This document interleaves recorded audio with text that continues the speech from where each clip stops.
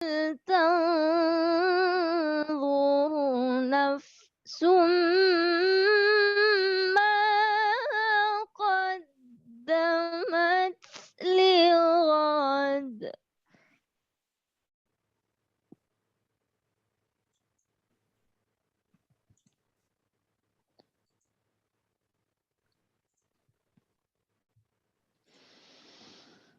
واتقوا الله إن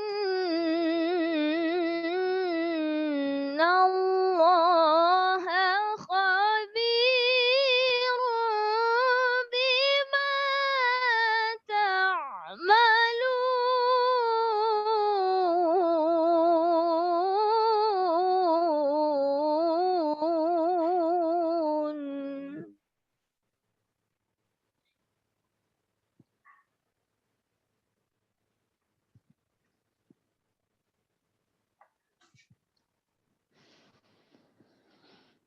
ولا تكونوا كالذين نسوا الله فأنساهم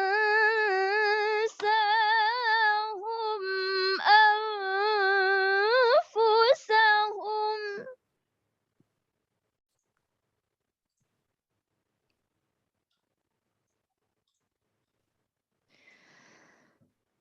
أولئك هم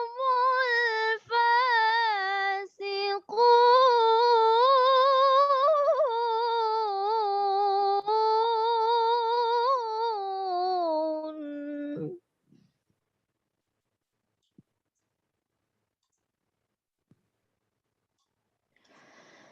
أولئك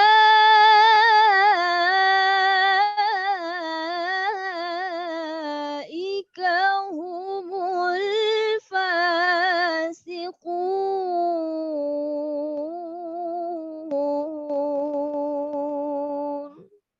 صدق الله العظيم.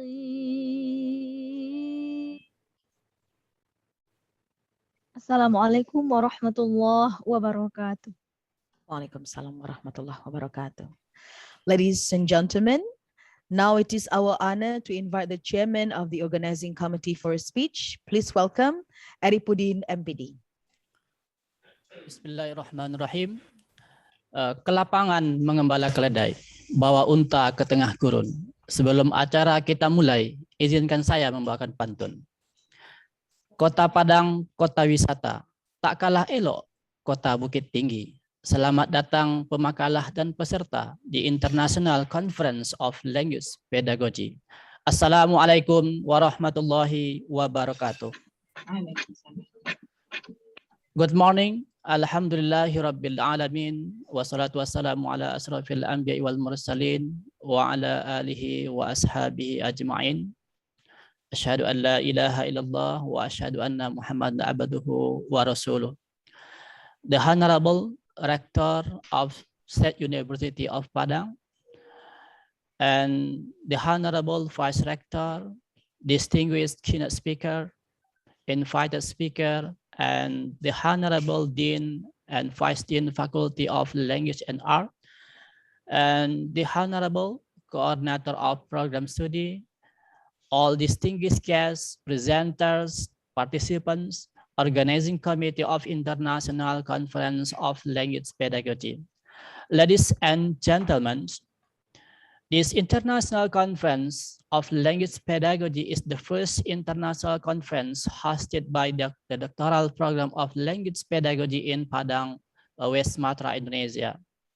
The theme of this international conference is language learning innovation in pandemic COVID-19 era, which are including teaching and learning strategy, a multimedia online learning, language assessment, curriculum and material development, linguistic and language learning, literature in language learning, and critical discourse analysis.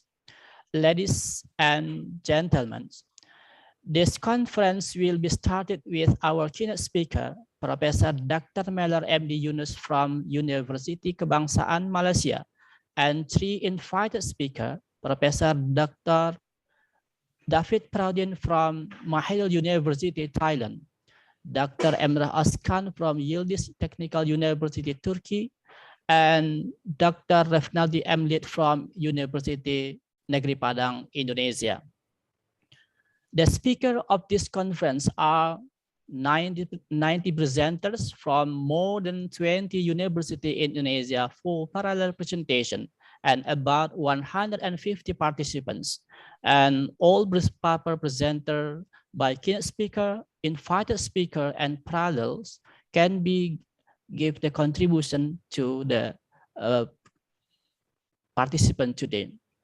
And it is hoped that they all make teaching and learning process more interesting and give the sharing knowledge to our ladies and gentlemen. I would like to take this opportunity to express my gratitude to and my appreciation to the doctoral program of language pedagogy and organizing committee, and also my full thanks to the speaker and the participants of this conference, because without our contribution, your contribution, this agenda cannot be held. Finally, I hope all the speakers and the participation today can enjoy this, the first international conference of language pedagogy. Thank you. Assalamualaikum warahmatullahi wabarakatuh. Waalaikumsalam warahmatullahi wabarakatuh. Ladies and gentlemen, the next speech is delivered by the coordinator of the Language Pedagogy Study Program. Please welcome Professor Dr. M. Zaim M. Hum. Thank you, moderator. Bismillahirrahmanirrahim. Assalamualaikum warahmatullahi wabarakatuh. Waalaikumsalam warahmatullahi wabarakatuh. Alhamdulillah rabbil alamin. Wassalatu wassalamu ala anbiya'i wal mursalin wa ala alihi wa sahbihi ajma'in. Asyhadu an la ilaha illallah wahdahu la syarikalah wa asyhadu anna Muhammadan abduhu wa rasuluhu la nabiyya ba'da. Your Excellency, Director of Universitas Negeri Padang, Professor Ganefri PhD, Honorable the Dean of Faculty of Languages and Art, Universitas Negeri Padang, Professor Dr. Ermanto M. Hum, Honorable the Vice Dean, Head of Department, Head of Study Program, Faculty of Languages and Art, Universitas Negeri Padang, Honorable the Chairperson of Student Association of Language Pedagogy Study Program, distinguished invited speaker, Professor Dr. Mellor Muhammad Yunus from University Kebangsaan Malaysia, Professor David Perodin from Mahidol University, Thailand, Dr. Emrah Ozkan from Yildiz Technical University, Turkey, and Dr. Refnaldi Emlit from Universitas Negeri Padang. Dear presenters and participants, ladies and gentlemen, good morning. It is our great pleasure to welcome all speakers and participants who have come all the way to participate in this first international conference on language pedagogy. As an annual conference hosted by the doctorate program, Language Pedagogy Study Program, Faculty of Languages and Art, Universitas Negeri Padang. We are delighted to have you all to participate in this international conference of highly specialized research activities.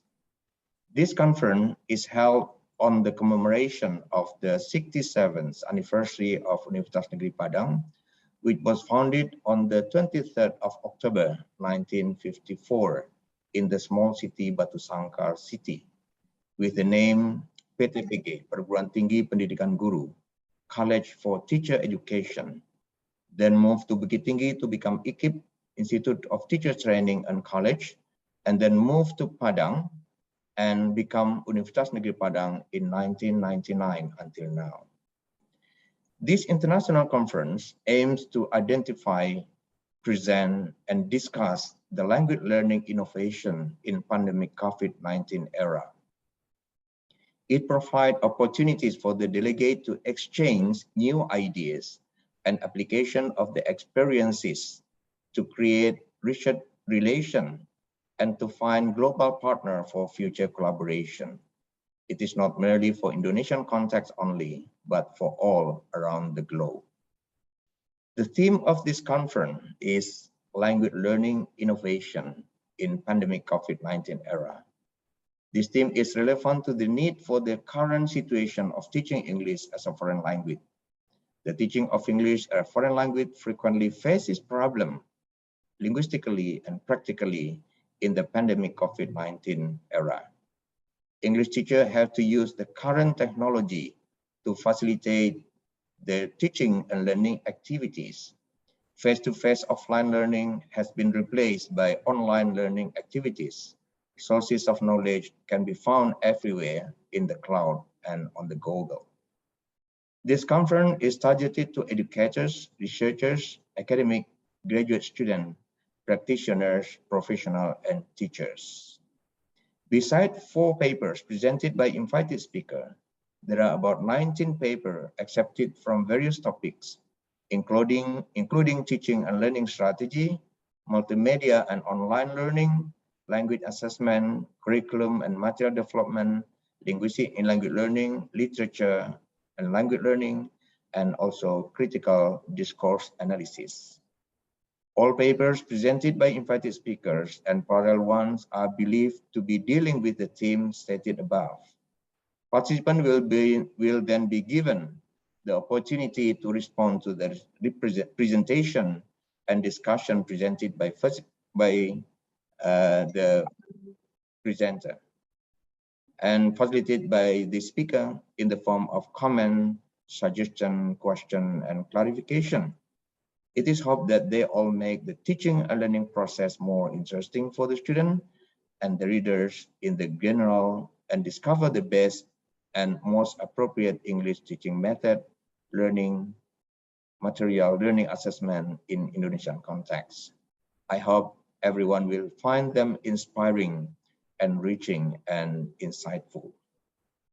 Dear participants, ladies and gentlemen, we would like to thank the organizing committee, the Student Association of Language Pedagogy Program chaired by Mr. Eripudin MPD, and the member of reviewers for their kind assistance in reviewing the papers. We would like also to extend our best gratitude to the Rector of Universitas Negeri Padang, Professor Ganefri PhD, and the Dean of the Faculty of Languages and Art, Professor Dr. Ermanto M. Hum, for their tremendous support. Furthermore, we would like to thank Professor Dr. Melor Muhammad Yunus from University Kebangsaan Malaysia, Professor David Peradin from Thailand, Dr. Emrah Ozkan from Turkey, and Dr. Refnaldi from Universitas Negeri Padang as the invited speaker for their invaluable contribution and worthwhile ideas shared in the conference. Allow me to express my most heartfelt thanks to all the parallel speakers and participants of the conference. Without your participation, no idea were spoken, no important issues were discussed, no policies were proposed, and no questions were raised, and no response was given. This all means that everyone involved in this conference has a significant contribution to make in accordance with his or her particular role. Finally, I hope that all the presenter and participants will enjoy this first International Conference on Language Pedagogy. I thank you all and wish you a successful seminar. To the Honorable Rector of Universitas Negeri Padang, Professor Ganefri PhD, we hope his willingness to give a forward speech and to open this conference officially. Thank you very much. Wabillahi taufiq wal hidayah. Wassalamualaikum warahmatullahi wabarakatuh. Waalaikumsalam warahmatullahi wabarakatuh.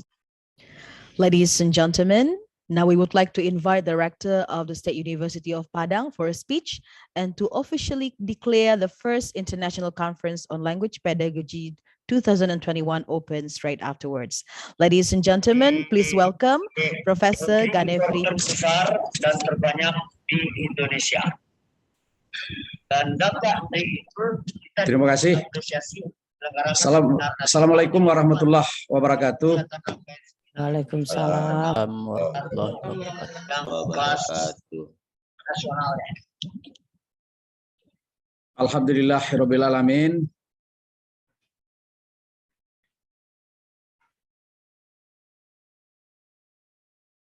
Wassalatu wassalamu ala asrafil anbiya wal mursalin Sayyidina wa maulana Muhammadin wa ala alihi wa sahbihi ajma'in. Alhamdulillah rabbil alamin. Bersyukur kita kepada Allah. Hari ini kita bisa hadir bersama-sama dalam kegiatan International Conference Virtual Language Pedagogy.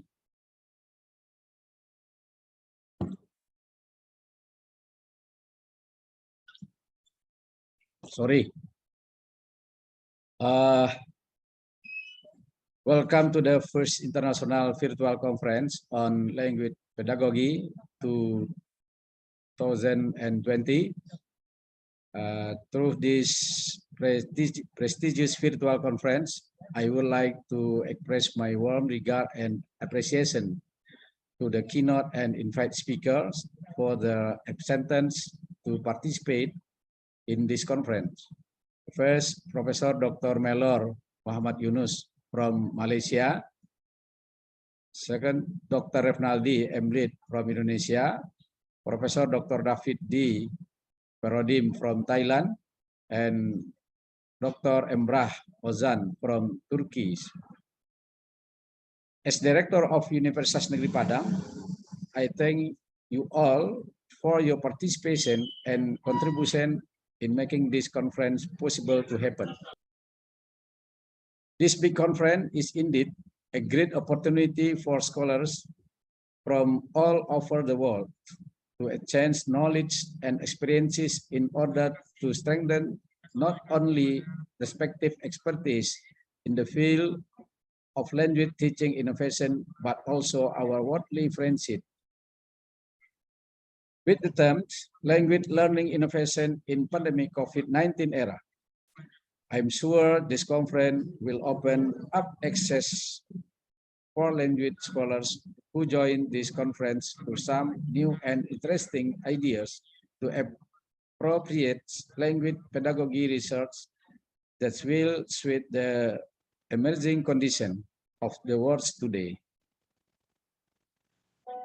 The advancement of technology has certainly enabled scholars in the world to work collaboratively to implement new ways of learning, teaching, and also researching language that will be beneficial for making the world a better place to live of our young generation. Please also allow me to express my gratitude to the Language Pedagogy Study Program, the committee of this conference, presenter of the parallel session, participation, and all the supporting partners who have all contributed in making this conference happen today amid the COVID-19 pandemic. I hope that we all be mindful to always apply to COVID health protocols. Let's continue to pray and do our best to stop the spread of this pandemic. Lastly, on behalf of the Rector Universitas Negeri Padang, I officially open the first International Virtual Conference on Language Pedagogy 2020. Thank you. Thank you so much, Professor Ganefri, PhD, Director of the State University of Padang. Ladies and gentlemen, to lead today's recitation, it is our pleasure to invite Idham Saputra, MPD. Bismillahirrahmanirrahim. Assalamualaikum warahmatullahi wabarakatuh. Astaghfirullahaladzim. Astaghfirullahaladzim. Astaghfirullahaladzim. Na'udzu billahi minasyaitonir rajim. Bismillahirrahmanirrahim. Alhamdulillahi rabbil alamin. Wassalatu wassalamu ala asrafil anbiya'i wal mursalin wa ala alihi wa sahbihi ajma'in. Allahumma ufir lana zunubana wa liwalidayna wa limasyakhina wa li jami'il muslimina wal muslimat wal mu'minina wal mu'minat al ahya'i minhum wal amwat. Allahumma inna nas'aluka salamatan fid din wad dunya wal akhirah wa afiyatan fil jasadina wa ziyadatan fil ilmi wa barakatan fil rizqi وتوبة قبل الموت ورحمة عند الموت ومغفرة بعد الموت والنجاة من النار والعفو عند الحساب برحمتك يا أرحم الراحمين. ربنا هب لنا من أزواجنا وذرياتنا قرة أعين واجعلنا للمتقين إماما. ربنا أوزعنا أن نشكر نعمتك التي أنعمت علينا وعلى والدينا وأن نعمل صالحا ترضاه أو وأدخلنا برحمتك في عبادك الصالحين. ربنا لا تؤاخذنا إن نسينا أو أخطأنا. ربنا ولا تحمل علينا إصرا كما حملته على الذين من قبلنا. ربنا ولا تحملنا ما لا طاقة لنا به واعف عنا واغفر لنا وارحمنا أنت مولانا فانصرنا على القوم الكافرين. ربنا ظلمنا أنفسنا وإن لم تغفر لنا وترحمنا لنكونن من الخاسرين. ربنا تقبل منا إنك أنت التواب الرحيم. ربنا آتنا في الدنيا حسنة وفي الآخرة حسنة وقنا عذاب النار. وصلى الله على سيدنا محمد وعلى آله وصحبه وسلم. سبحان ربك رب العزة عما يصفون وسلام على المرسلين والحمد لله رب العالمين. Assalamualaikum warahmatullahi wabarakatuh. Waalaikumsalam warahmatullahi wabarakatuh. Distinguished guests, ladies and gentlemen, this completes the opening ceremony of the conference. We will proceed to the first plenary session for today. There are two speakers for this session, Professor Dr. Melo Muhammad Yunus from University Kebangsaan Malaysia and Professor David D. Perodin from Mahidol University, Thailand. With the moderator, Pipit Rahayu, MPD. Mrs. Pipit, the floor is yours. Thank you, Ms. Yati. Thank you, the committee. Well, distinguished ladies and gentlemen, good morning. I am Pipit Rahayu as the moderator for our first plenary sessions in this international conference on language pedagogy. There will be two keynote speakers in this first plenary sessions. The first one is Professor Dr. Mellers MD Yunus from University Kebangsaan Malaysia. Good morning, Prof. And the second keynote speakers is Professor David D. Perodin from Mahidol University, Thailand. Good morning, Professor David. Hello, I'm glad to finally be here. Okay, nice to meet you. Well, ladies and gentlemen, let me telling you the rules of our first plenary sessions. In this occasions, there will be 30 minutes for each keynote speakers for presenting the materials and 30 minutes for Q&A sessions, question and answer sessions. Well, all the participants may write the questions from the chat room and the committee will choose the question to be given to the speaker later on. Well, distinguished ladies and gentlemen, before we start the plenary sessions, allow me to read the biography of our first keynote speaker this morning. Our first keynote speaker is Professor Dr. Meller MD Yunus, is Professor and Deputy Dean of Research and Innovations at the Faculty of Education, University Kebangsaan Malaysia. She is best known for establishing the integration of ICT in teaching and learning English as a second language research. Her fields of interest also cover a broad interdisciplinary research approach, in particular, research in gifted education. She contributed to developing the Permata Pintar National Gifted Centers in Malaysia in 2009 and was appointed as the first deputy director of the centers. She is the first recipient of the National Higher Education e-Learning Award for her contributions in creativity, blended learning, flipped learning, and problem-based learning. She is also in the top 3 cited Malaysian researchers list in MRUN report, and she won UKM Best Teaching Award Bitara Pendidik in 2016, the recipient of 28 Innovations Award, and she is highly regarded among her peers and her field. She is active in scholarly journal writing and publishing, and has currently published more than 120 papers in various citation index journals, particularly Scopus. Her current age index is 15, with a total of 1,019 citations. She has presented papers in many international conferences and seminars locally and abroad.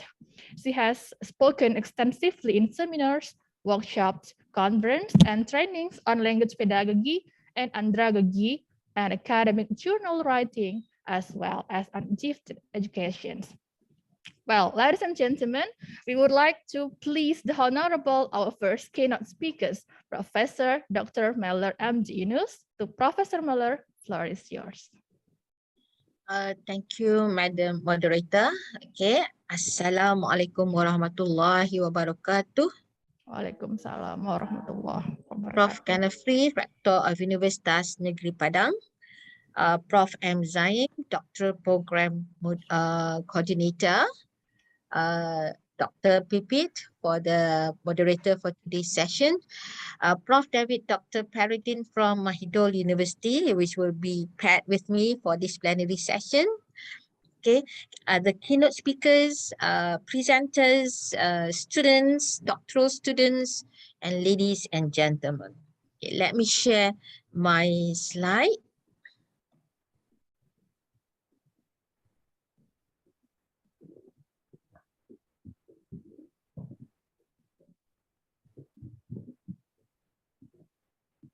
Would that be okay? Okay, Prof. The title of the keynote for today, or plenary session for today, is Language Learning Innovation in COVID-19. I take this title as the umbrella, okay, title for this plenary session. Okay, so if you look at this picture, okay, if you look at this picture, looks familiar to all of us? Okay, so this is what's happening in Malaysia during COVID-19. Okay, the student couldn't go to school, our children couldn't go to school. Okay, and they have to learn. The teaching and learning need to be done at home. Okay, so in other words, the COVID-19 pandemic has pushed schools and higher education institutions to ensure that effective learning still continues. Okay, meaning that no matter what pandemics coming in, other outbreaks coming in, the learning should be continued. Okay, so because of that, before this we have face-to-face teaching and learning. Because of this pandemic, we have to be creative. The students are not in school anymore, and we are at home as teachers. Okay, how can we deliver our teaching? Okay, so here's we have to be innovative. Okay, so we have to think of, we have to gain ideas how to innovate, could we deliver our teaching and learning. Okay, we need to be creative. Okay, we must have vision in terms of whatever we teach, it must fulfill the outcome of the lesson. It has to be it needs to fulfill the outcome of the syllabus and the performer. Okay, so now because we are no longer teaching face to face, we have to think out of the box. Okay, so how could we deliver our lesson out of the box, okay, using online? So we have to imagine how could the lesson be held. Okay, there is a problem. Okay, student needs to learn, student couldn't go to school, so we have to find the solution plan because the knowledge need to go on. Okay, right, so meaning that because of COVID-19, we need to be creative. Because of COVID-19, we need to think of how we can solve the problem. Okay. So that's what's going to be the, sorry, I think I have to make it this way. That's what's going to be the contents of this talk. I'm going to touch on what is innovation. So what to consider if we were to use innovation to solve this problem, and is it possible, okay, in order to implement innovation in our classroom. So when we talk about innovation, okay, the pandemic is here. The problem is like this, okay, and so we have to think of innovation. So what is innovation? Innovation is an improvement or change. So last time we used face-to-face to teach. Now we have to use online or hybrid or probably blended learning. Okay, all right. So before this, we have to use whatever we can prepare and use like mahjong paper, whatnot. Now we have to think of something new in this particular context. Okay, and then we have to think of how to teach, what to teach, which did not exist before. Okay, so we need to be critical and creative when we are facing this pandemic. Now, what to consider? Okay, on the left hand side, this is the normal classroom that we have. Okay, face-to-face education context where we still innovate teaching materials. We use mahjong paper, we use Aurelia, okay, we bring materials to class, okay, and so on. So that's, we still innovate, okay, we do, I mean, being a teacher, we still innovate our teaching materials. However, when pandemic comes in, we have to use online education context, okay. So now we're having problem in terms of how we could deliver our teaching. So we need to innovate the teaching methods. We need to innovate the teaching techniques. Okay. Now before this, we can use Relia. Now we can show the Relia in front of the laptop. Okay. So we use in terms of assessment, we cannot have paper and pencil assessment or examination. So we have to be creative. How can we test them? Okay. All right. So that's the scenario before and after, or now during COVID-19. Because in Malaysia, we students beginning to go to school nowadays, but it's not the full bloom yet. Only specific we call this specific group of students are allowed to go to school. So in other words, there are still online going on. There are still some hybrids of teaching and learning still going on, okay? And there are some full bloom of face-to-face teaching and learning.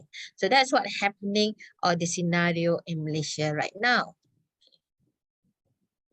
So let's talk about the framework. When we teach during COVID-19, okay, the basis of the framework that we have to look at, or we have to hold on, is the TPACT framework. You can read more in Kohler and Mishra 2006 papers. Okay, so this is technological pedagogical content. Before this, we have PCK. P stands for pedagogical, C for content, PCK for knowledge. But when we want to put it embed, we want to embed technology, this is the framework we have to look at. Okay, so let's look at the framework now, the picture. The first one is technological knowledge. So teachers, in order to teach students, we must have this technological knowledge. We call it TK. Okay, and content knowledge, we don't have any problem. We have the content because we are all English teachers. In terms of teaching English as a second language or teaching English as a foreign language, okay, the contents we do have. And in fact, pedagogical knowledge we do have. When we teach them face to face, pedagogical knowledge is not a problem. Okay, we can manage in terms of face to face. But when comes to COVID-19, we need to use laptop, we need to use technology. This is where technology knowledge is important. When we embed all this construct, okay, technological, content, and pedagogical, we look in the middle. This is where Collar and Mishra call it as technological, pedagogical content knowledge, or TPEC. So in other words, in order us to teach during this COVID-19 and or any other pandemics, this is something that we have to hold on. This is a guideline. This is a framework that all of us, teachers, need to be aware when we were to teach students during this pandemic, this type of pandemic or other pandemics. Okay, right. So hold on to this framework. It's very important for us to digest, to hold on, to practice, to implement. Okay, this framework. Next, okay, what to consider? Okay, what to consider? There are 3 things that we need to consider, which is online education context, innovate teaching methods and techniques, and virtual representations.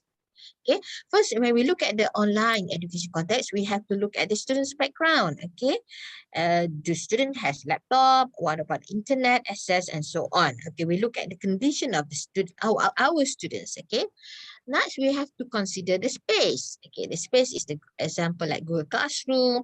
Right now, we are using Zoom. Okay, what is the space that we are using, or Google Meet, so on. And then the tools. What type of tool we're going to use in order to deliver our knowledge, okay, or to transfer our knowledge or to implement our knowledge. We can use like quizzes, Jamboard, PowerPoint, videos, YouTube, and so on. And last but not least is accessibility. We need to check on student accessibility. We need to check also our accessibility. Okay, is it okay for us to conduct what is that? This online learning. So when we talk accessibility, let's say student don't have the accessibility, so we have to think of either we want to use synchronous. Okay, next one is innovate teaching methods and techniques. So this is something also we have to think of. We are all English teachers, so what we are teaching language skills. So how can we teach, for example, like listening and speaking via online? Okay. And then in terms of teaching techniques, what type of teaching techniques are we going to use? Audiolingual methods? Okay. Are we still going to use grammar translation methods? Okay. So are we moving towards communicative language teaching? Okay. So those are the techniques we're going to think of. Okay. What is the most appropriate for our lesson at that particular time? Next one is teaching my tools in terms of videos and online quizzes. And also the next one we have to thought of a time and accessibility, like either is it a free platform or is it a paid platform, or we have to pay in terms of annual subscription. Okay, so those are the things that we have to think of. Last but not least is the virtual presentation. So again, in terms of teaching and learning, probably we can cope, but the challenge that we might face is in terms of assessment, okay, or examination. How are we going to conduct assessment and examination during this COVID-19? Okay, so another one is teaching aids. So how can we create, okay, teaching aids which is suitable for our lesson and suitable for our students? Okay, these are the things that we have to consider when we are about, we're going to have to use online learning. So this is normal for every teacher to know. This is what to consider again. So when we will go to inside the classroom, these are 3 things that pop up in our mind. Number 1 is what happening before the class, what to prepare. During the class, how we're going to handle it, and also after the class, because we know that teaching and learning that does not only happen inside the classroom, it also happens outside the classroom, outside the 4 walls of the classroom. So before the class, we have, first of all, we have to identify the learning objectives. Because whatever we are doing, we have to meet with the learning objectives at the end of the lesson. We need to plan the specific learning activities to suit the learning objectives. We have to give that assessment. Now, when it comes to assessment, are we going to give them a very short assessment? Or is it formative assessment? Is it summative assessment? Okay, and then we have to look at the flow of the lessons from general to specific, from simple to difficult, or we can use Bloom taxonomy, okay, in order to teach. And then we're going to create a realistic timeline. So if it is 1 hour class, we have to plan for that. And we also plan for closures. So something that the student can take home. What is the point? Okay, during the class, we have to share the lesson plan with our students and keep them engaged. Okay, the problem with online learning is to keep student engaged or to keep student on track, especially if the student do not switch on the camera. Okay, so we it's hard as teachers for us to keep this what do you call focus, or looking at whether they are engaged or not in our classroom. So, and then after class, what we can do is we reflect of what worked well, and if it's not, why, and if it's would do, and also why, so that we can do reflections, so that when we teach for our next lesson, we can do it differently. All right. So is it possible?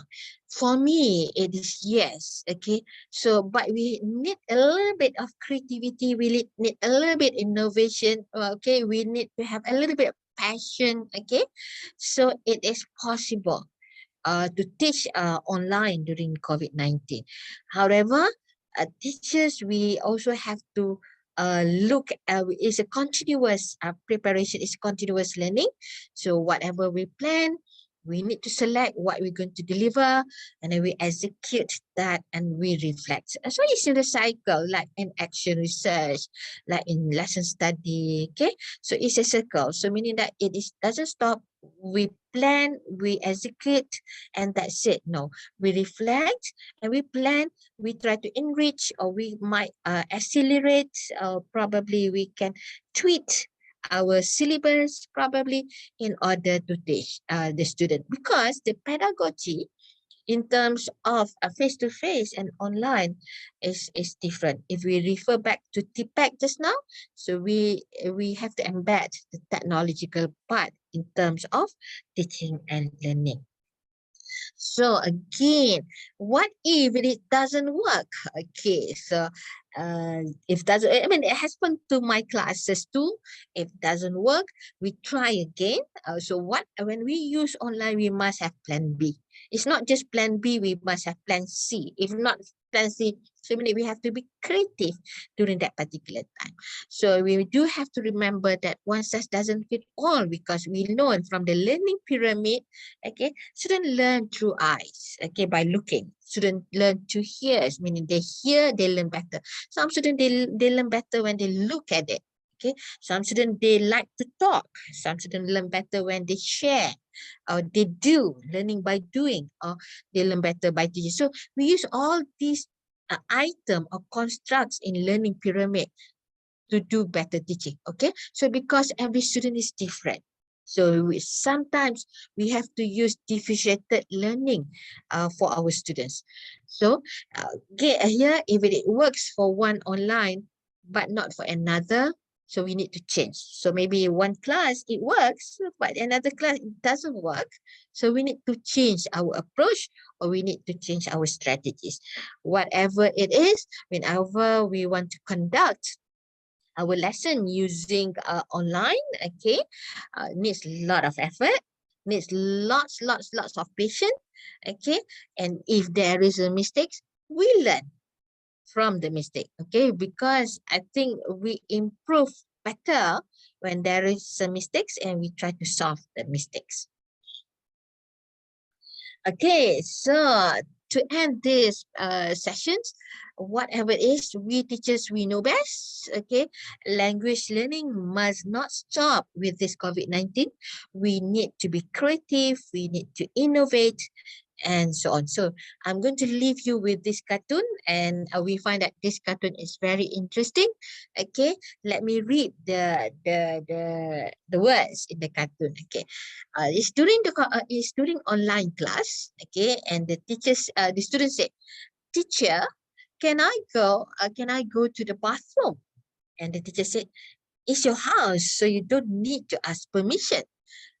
Just please, just please don't go when I'm giving directions." So the student say, yes, I need to go and do the okay. Then the teacher, I need to go and give direction to do the math homework. And then the student thought that, oh no, she's giving directions and I really need to go. Then the addict came in. He came up. The idea said, okay, I can solve this problem. And the teacher looking at the student said, oh my God, Leon, don't take us in the bathroom with you.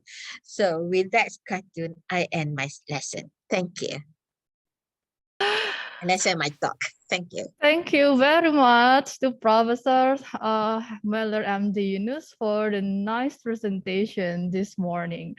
Well, ladies and gentlemen, I do believe there will be more questions from all of you, the participants, about language learning innovations in pandemic COVID-19 era, but you have to be patient because we have one more presentation from our keynote speakers. But before that, allow me to read the biography of our second keynote speakers, Professor David D. Paradin.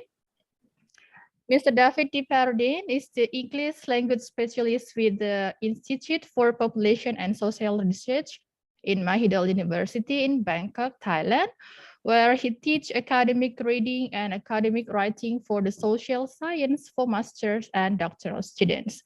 He is also the journal manager for the top tier Scopus Index Journal of Population and Social Studies with the SAMS Institute. In addition to being the recipient of several prestigious international awards for his contribution to global education, he has acquired exemplary teaching qualifications and certifications, along with a bachelor in secondary education with honors and a master's of art in teaching with honors, both with concentration in English. He is currently a doctoral candidate pursuing a PhD in applied linguistics for English language teaching at King Mangkut's University of Technology, Thonburi, Thailand. Without further ado, we would like to invite our second keynote speaker, the Honorable Professor David D. Paradin. Time is yours. Well, hello, and just to let everyone know, well, you can't see, but I set my timer. You gave me 30 minutes, and I appreciate Professor Mellor. Her timing was impeccable. She spoke for 30 minutes, and I do not see that type of diligence very often. I have done realistically, I have done a couple of hundred of these presentations, and most people, time is flexible. So I appreciate you so much. Okay, let me share my screen here. Okay, great. Now, before I begin, let me clarify some terminology. Number one, learner feedback. I have done an extensive documentary research, well, not research, let's say analysis on the term learner feedback. And authors will attribute learner feedback to feedback from the teacher to the learner. Other authors attribute learner feedback from the learner to the teacher. So the term is vague, convoluted, confusing. And when we looked at learner feedback, when we looked at feedback from the teacher to the learner is quite simple. There are thousands of studies done about this. But when we looked at feedback from the learner to the teacher, far fewer studies. So we looked at what creates good feedback. And Rita Mae Brown puts it perfectly. Good judgment comes from experience, and experience comes from bad judgment. Well, trust me, when you get to be my age, you have made a lot of mistakes in your life. So many mistakes. And I love it when young people, Generation Z, I love it when they're doing something so dumb and I see and I think, I did that stupid thing when I was younger and I have scars to prove it. So as teachers, we make dumb mistakes all the time. And one of the worst mistakes that I believe a teacher can make, is to disregard a learner. Disregard. And what I mean by disregard is to ignore, to believe the learner is less than. See, we are in the process of conducting a fairly lengthy study in Thailand about learner feedback, learner formative feedback, to be more precise. We have and still are interviewing undergraduate students, Thai students, and we are still interviewing university lecturers. Okay, why? Well, Peter Elbow and Pat Belanoff wrote a beautiful book. It's what, over 20 years old now. Sharing and responding. See, I predominantly teach academic reading and academic writing. Sharing and responding is about being a writer. It's about how to share your ideas, how to communicate your topic, and how to respond to feedback. Beautiful book. So as I'm going through this book, I said, wow, their principles, the principles that Elbow and Belanoff use are just fundamental. 20 years ago, these people had wonderful ideas. And I'm thinking, why are we not implementing these fundamentals in our feedback? So, and when we look at learner feedback, now again, learner feedback today, when I say learner feedback, I mean feedback from the learner to the teacher, feedback about the teacher, okay? Let me get that clear. Today, I am referring to feedback from the learner about the teacher, okay? So, when I come from the United States, so I come from a more liberal education system, and more liberal systems encourage, promote, need learner formative feedback. The teachers need to get feedback continually from the learners, so teachers can adjust their teaching style, they can adjust their voice, they can adjust their body language, whatever they have to do to make their lessons come alive and to be more attractive and more beneficial to the learner. Just like Prof said earlier, if something doesn't work, change it. And in the West, in liberal settings, we're continually changing the way we do things to make our lessons more appropriate for the learners. Well, in authoritarian systems, AKA Thailand and other Southeast Asian nations, in authoritarian systems, the teacher is the omniscient, omnipotent, omnipresent God of the classroom. And the teacher is worshiped by the student. So, and the teacher feels that they are superior, that they are the giver of knowledge. What they don't understand is that the students have access to the internet, and the internet knows way more than the teacher. But the teacher is necessary to help point the learner in the direction they should go. Not tell them what to see, but just to point them in the direction they should go. So we found that, number one, Number one, the teachers feel that the learners are not able to give feedback, that the learners are not educated, that the learners are naive, that the learners are just dumb, that the learners are not able to give feedback about the teacher's performance. The teachers also feel that the learners are not able to give culturally appropriate feedback. Culturally appropriate. The teachers actually believe that if the learners have to give feedback about the teacher, that the learners will be rude.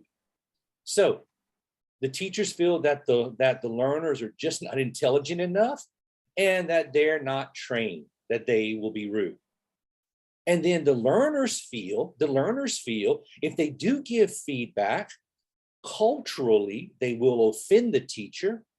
Because if you tell a teacher, hey, listen, I don't understand this. Could you do this differently to help me? The teacher will be offended because the teacher is the giver of knowledge. And if the teacher is offended, the learners feel that the teacher will retaliate. So the learners are afraid to discuss anything with the teacher. And if they do discuss, they are afraid that the teachers would retaliate, in which my team and I, we recently did a rather large research about foreign language anxiety. And we found that teachers in authoritarian systems tend to be bullies. And the teachers even support when the classmates bully the student that they are attacking. So the teachers bully a student, then the teachers will encourage the classmates to bully the same student. And the classmates will, because the classmates are afraid of the teacher. So the whole situation is very toxic in authoritarian type systems. Very toxic, the relationships. You know, my wife tells me, my wife teaches math, okay? And she tells me that the classroom feels like a war zone, that the students are pitted against the teachers and the teachers are pitted against the students. So I share this when I speak with people about feedback. Look, it is a paradox. Feedback is a paradox. It's sometimes an unanswerable question. The learner is always right, and the teacher is always right. That's what they believe. You see, as a teacher, we have to provide a learning environment that is safe. Now, I will share my slides after I speak, so relax, don't stress about it. But as a teacher, we must provide a learning environment that is safe. And we must help the students understand that what they are experiencing is real. What they are experiencing is real. Because too many times, the teacher tells the student, you're wrong, that's not right. Like, oh, teacher, sorry, professor, I'm not clear about what you're talking about. Can you repeat? Well, you should have been paying attention. I'm not saying it again. Wow, and listen, I hear this all the time. What a teacher should say is, oh, I'm sorry, let's try this again. Yeah? See, in an authoritarian system, the teacher is always right. In a more liberal system, the teacher tries to create relationships. So, but here is the paradox. But the truth is, if the teacher wants feedback from the student, the teacher has to decide what feedback they want. The thing is, we all have done qualitative research. We all have done that, right? And when we offer qualitative interviews with open-ended questions, I mean a question that just, something so simple that the answer is just too broad, we get information that might not answer our research questions. That's the same thing with feedback. We have to sort of judge we sort of have to set up our questions and help the student focus on feedback, because not all feedback is what we need. So we have a choice to listen or to not listen to the feedback. But the whole point is we have to be open. We have to openly and actively listen. So look, learner feedback is so important. I make sure I give my time to my students, and I let my students say whatever they want, because if they say whatever they want, I have to expect that they will be socially polite. I respect them, they respect me. If I believe my students are going to be uncouth animals, yeah, I would worry about my whole society. So paradox two. The teacher must be in charge. The teacher must also sit back quietly. The teacher must be in charge, and the teacher must also sit back quietly. In charge. Okay, in charge. I don't mean by dominating. I don't mean being authoritarian. In charge. In charge simply means moderate. Like, I tell you what, if I go over 30 minutes, I bet you the moderator is going to say, "Hey, David, you're talking too long. Shut up." You see, that is moderating. And teachers should moderate, not be in charge. Look, I have visited so many universities in Indonesia. I have been to Indonesia 60 times. I am not joking. I'm really not joking. And Padang food is my favorite. Sorry. I like to eat with my hands. Love it, love it, love it, love it, love it. But sometimes I see teachers, professors smoke in the classrooms while they're teaching. I see that. I see it quite often. And I ask the teachers, why do you smoke in the classroom with the students? And the girls, they put their hijab over their face just so they can breathe. And the teacher says, well, what are they going to do about it? I'm the teacher and I'm a man. So there you go. I have two things going for me. So the students, they have no recourse. That is a teacher who is in control. But a teacher who is a moderator, they know they are responsible for their listening environment. Now, I'm not saying to be passive or helpless, roll over. No, of course not. Of course not. I'm saying we have to be courageous and we have to believe in ourselves as teachers. But like Prof said earlier, we have to understand that we don't know everything, and we have to understand that things change and we have to adapt. And I love that. I love that so much. So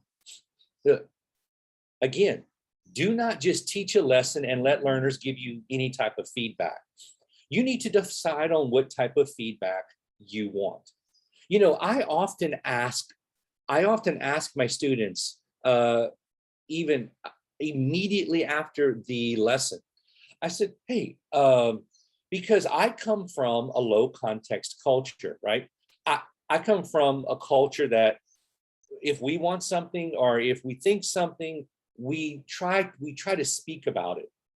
In some Asian cultures, people tend to speak around the issue.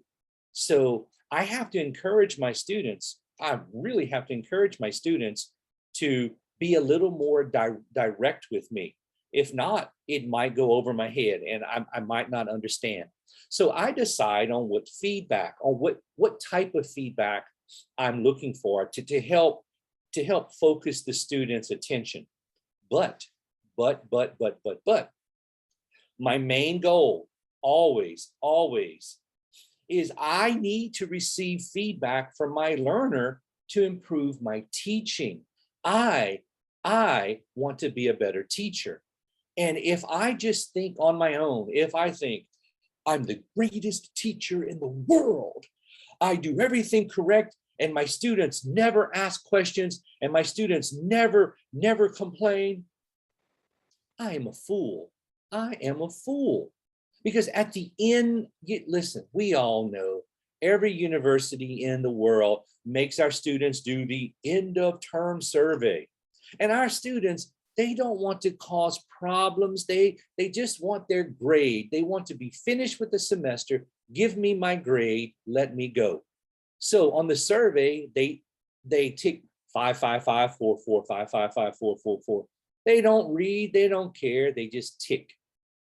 And that's not feedback. I want to be a better teacher. So you tell me how I can be a better teacher for you. And I ask my students for feedback. And I am not afraid. I am not afraid to stop the learner if they start giving the type of feedback that I don't need, let's say. It's easy, you know, like sometimes my students, they will go off on a tangent. Oh, the university, blah, blah, blah, this, the university. I say, whoa, okay, I appreciate you want to speak about the university, but our time is limited. Let's focus on our class, on our lesson, and on my teaching. Yeah, sure. I mean, there's nothing wrong with that. It's being very polite, but just you have to sort of control sometimes or moderate. And you have to sit back and actively listen. Teachers, we talk too much. Talk, talk, talk, talk, talk. You remember when you were an undergraduate student and you would sit in a 3-hour lesson and your professor, your docent, would just talk for 3 bloody hours. Never shut up, never ask questions, sit behind the desk, talk on the microphone with their PowerPoint, blah, blah, blah, blah. And you were back there, you were falling asleep, you were playing games on your phones because the teacher was not interactive, they were not active, they were horrible. But that was the best teacher in the university. They have been teaching for 30 years. Yeah, they teach the same way now as they did 30 years ago. And see, that's where we have to learn, we have to grow, and we have to understand that the learner is correct. They are correct, and so are we. And we, again, we have to sort of lead the feedback. And what happens is sometimes we do not receive honest feedback or serious feedback or caring feedback. And I don't blame the learner, I blame myself because I am not creating a safe environment. You know, Ron gave me permission to use his quote. Ron is a wonderful guy, by the way. He says, your teaching reality may not be the same learning reality of your students.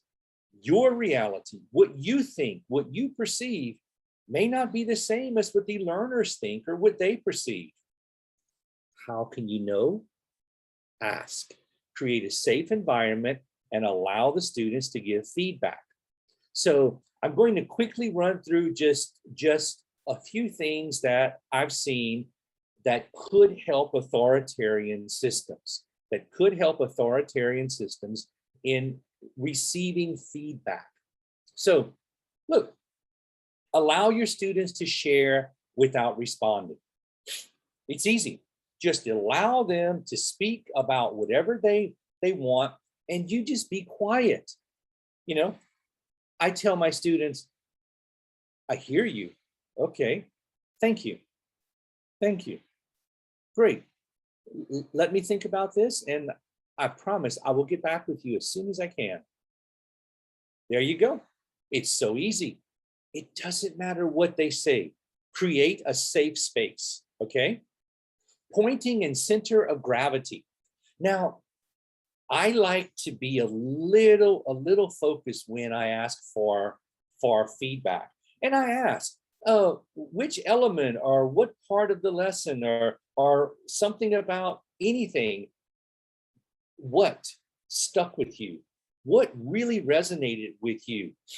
You know, I'm not asking for a bunch of detail. I just want to know what really hit home. And sometimes even minor things, even a tangent or a digression leaves a lasting impression on the learner, really. Summary and say back. I think this one is my second favorite. My most favorite is coming up next. But this one here, I love. I tell the students, okay, now I spoke for, 30 minutes. I want someone to tell me what I said. Yeah. Now, teachers, let me tell you a little secret. These responses to feedback, they work two ways. Number one, they give the students opportunity to provide feedback. Plus, they give you an opportunity to assess the students. So you see, paradox, an unanswerable question, but it works both ways. I love it. So whatever I'm telling you, there's always an ulterior motive.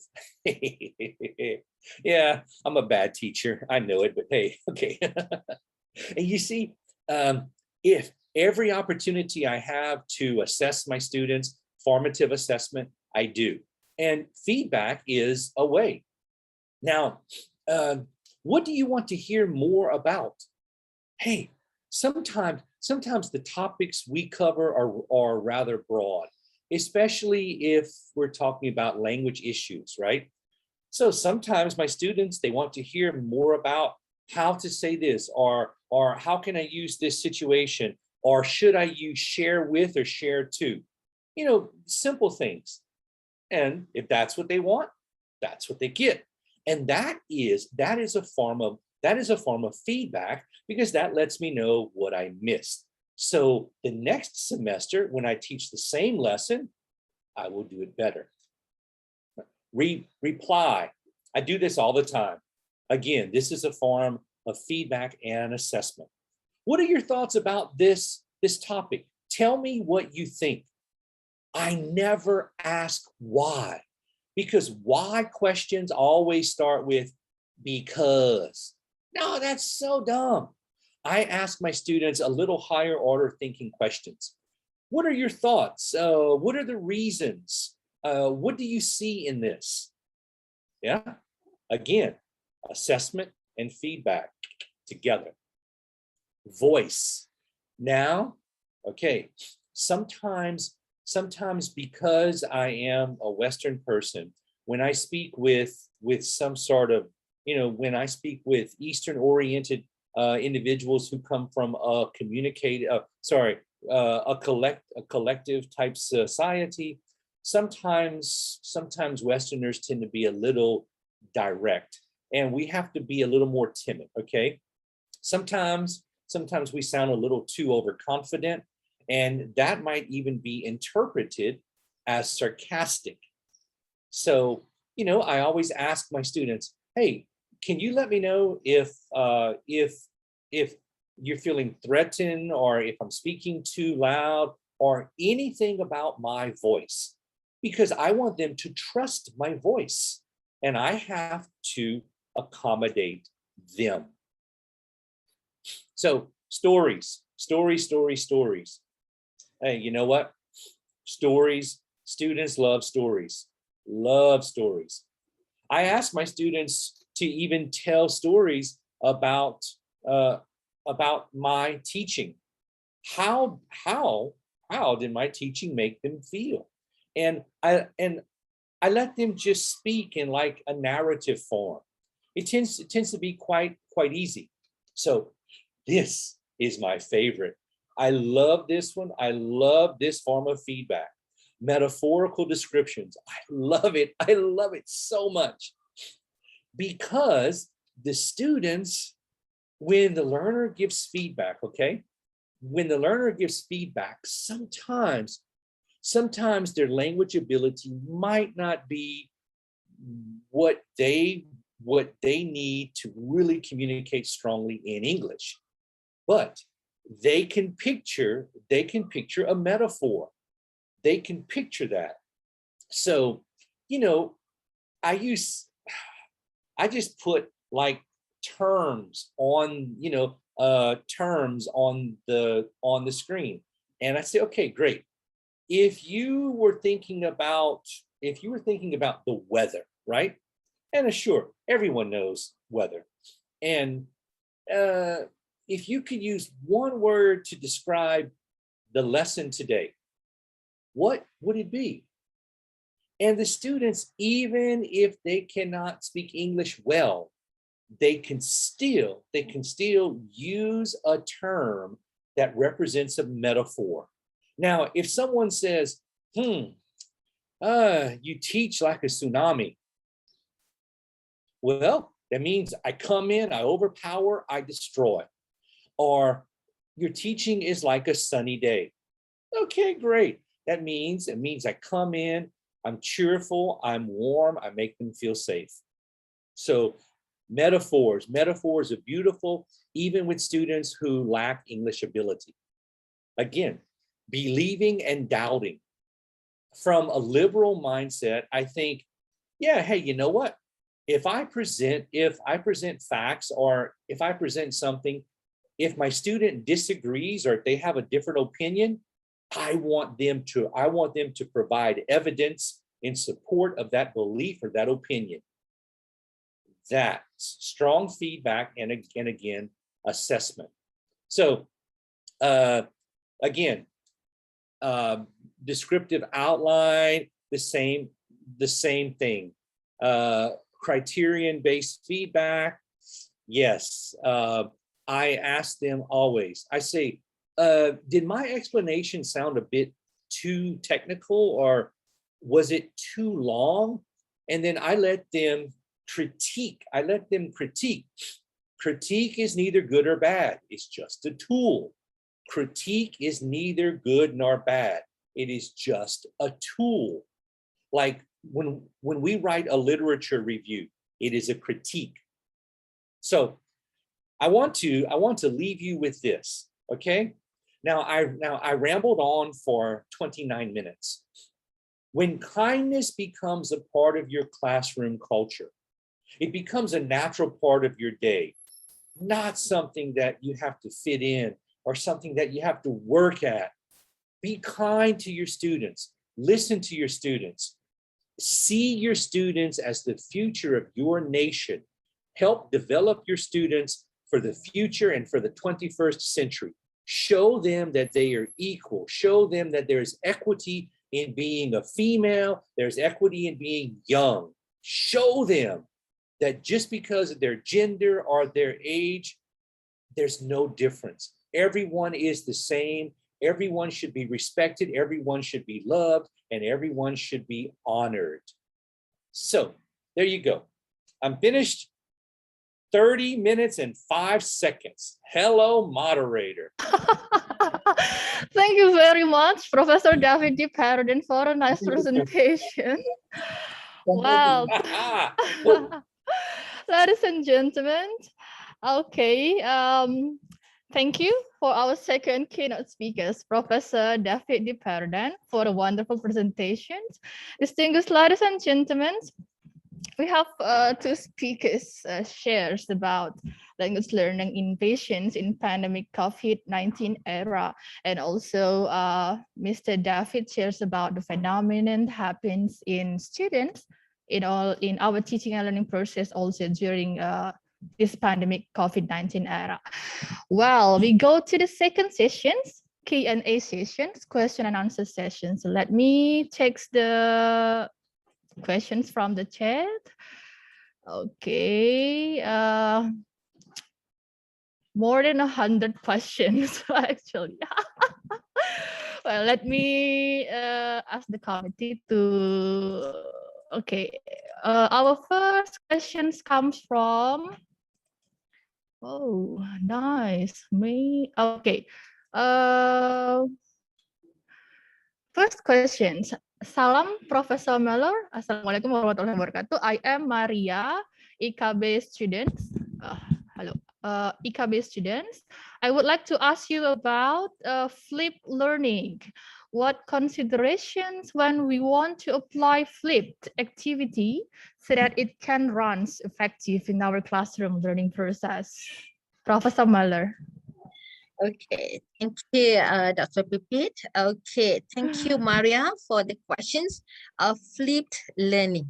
Okay, flipped learning means that we put in our materials, okay, materials in the system, LMS, in your university system, okay, and then we ask students to do the reading first or do some questions first, and then inside the classroom the next day, we do the engagement, the discussion, the conversation, our answer, Q&A, so on. Okay, meaning that the materials being given to you or to the students beforehand, and they have to read it, and then inside the classroom they will come and we discuss, and we will iron out any problems, any queries that they have. Now the question is, sometimes it works, sometimes it doesn't. Okay, so when it works, it's okay, so we reflect, so probably we can use the same strategies again. But how if it doesn't work? Okay, so how can we do it effectively?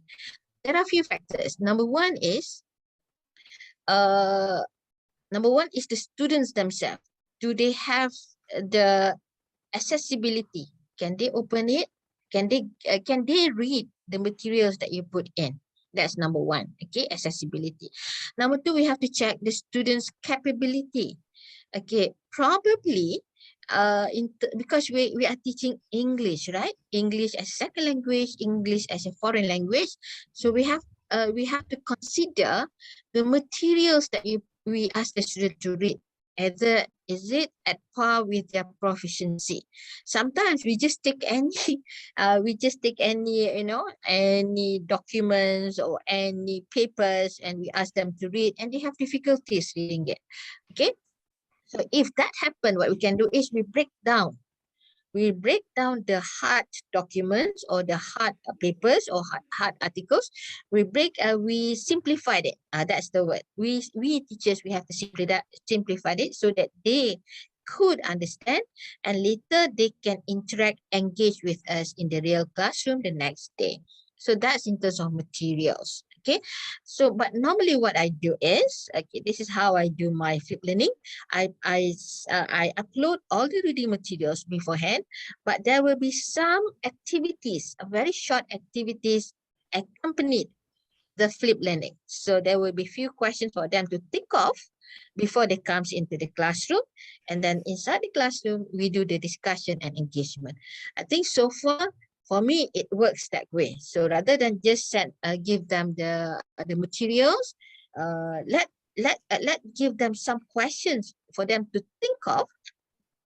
I mean, we can use the Bloom taxonomy ways of asking questions. Okay, maybe understanding or knowledge or analyze or compare. Okay, so use that, and then with that question we can start the ball rolling inside the classroom, and then from there we know who has done the reading, who has done the thinking, and who does not. Okay, all right, that's my answer for that. Okay. Okay, yes. thank you very much, Professor Meller. There are two considerations, accessibility and capability. That's the most important thing. So let's see another questions. Okay, this question. Salam, ma'am, professor. I am Erna from Pekanbaru, also a student of Universitas Negeri Padang. The questions I would like to address to Professor Muller is which to put first when we are in the conditions of hesitations that the technology that we are about to implement cannot ensure ourselves that the pedagogical aspect is there to help us achieve our teaching and learning goals. Thank you. Professor Muller. Okay. All right. Okay. Thank you, Erna. Okay, Erna from Pekanbaru, right? All From right. Riau province. From Riau. I think I know her. I think I've met her. All right, Erna. Ma'am. Oh yes, Erna. Okay, Erna, good questions. What to do first? Okay, remember that the constructs is either content, pedagogy, or technology. I think as teachers, content is not a problem. Okay, we have the content. Okay, in terms of pedagogy, also we don't have problem, but the technological part we might have problem. Okay, so again, we start small. We just do whatever we do, we can acquire, because technology needs skills, it needs practice. It needs some knowledge of technology. So to start off, what we can do is we use the Vygotsky, get somebody else to help us. The Vygotsky ZPD, get somebody else to help us in terms of technology. Sometimes, you know what? Students are better than us.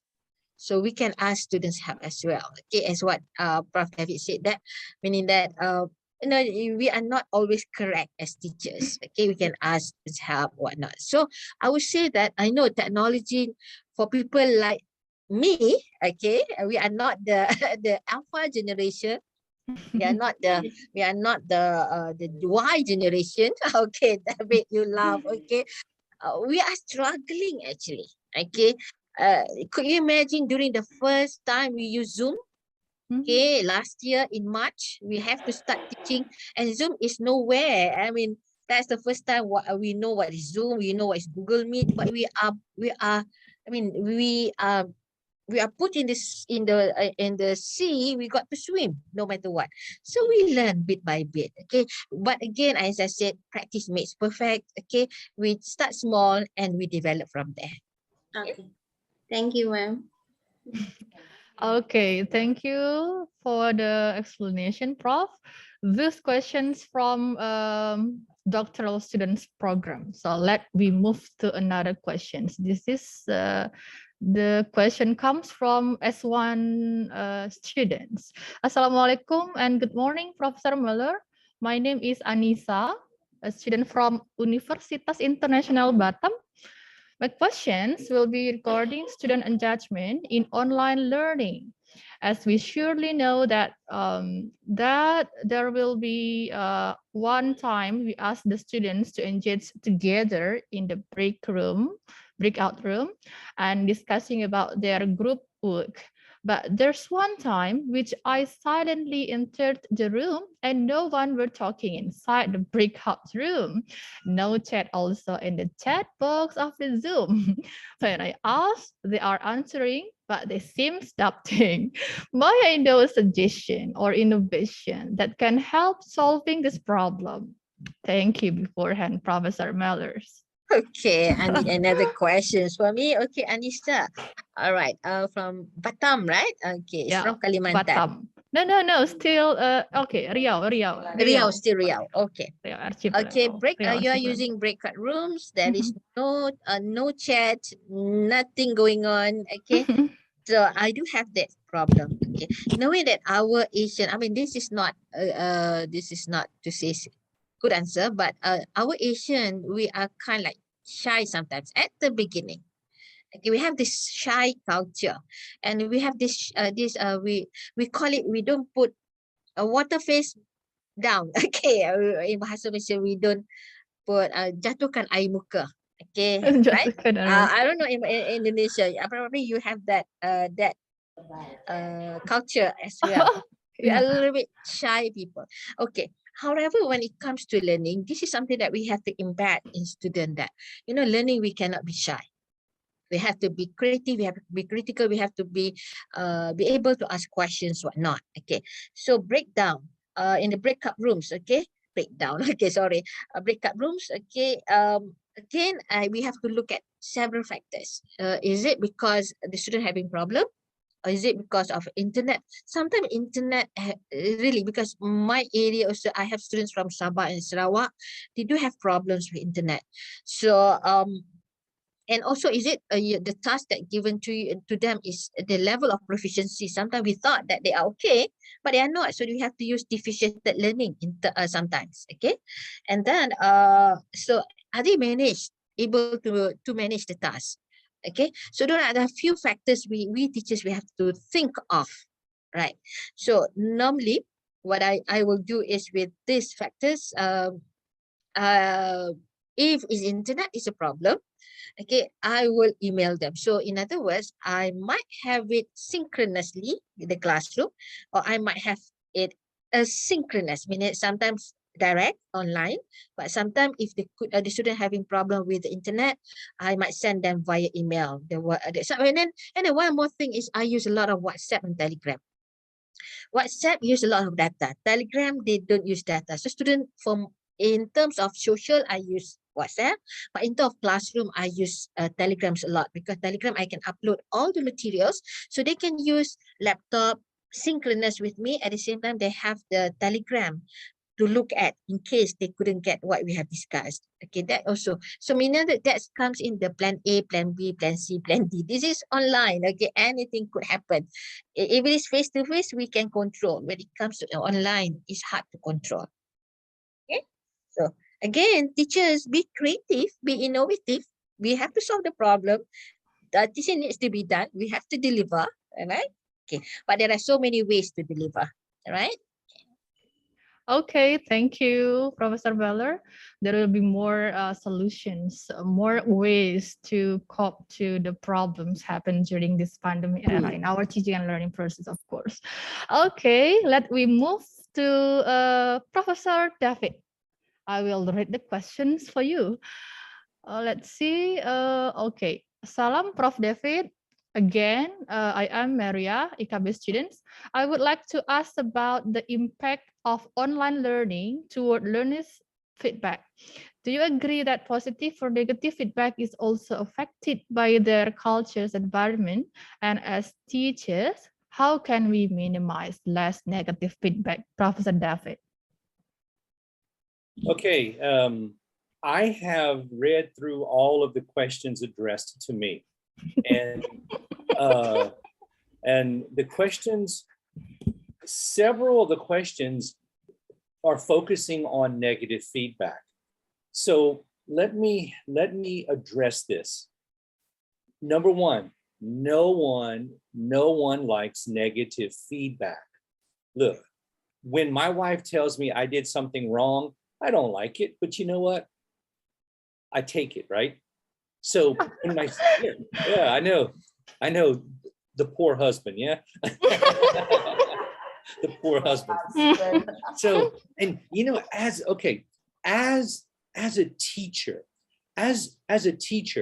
what we really are is we are service providers. I'm sorry, that's what we are at the basic level.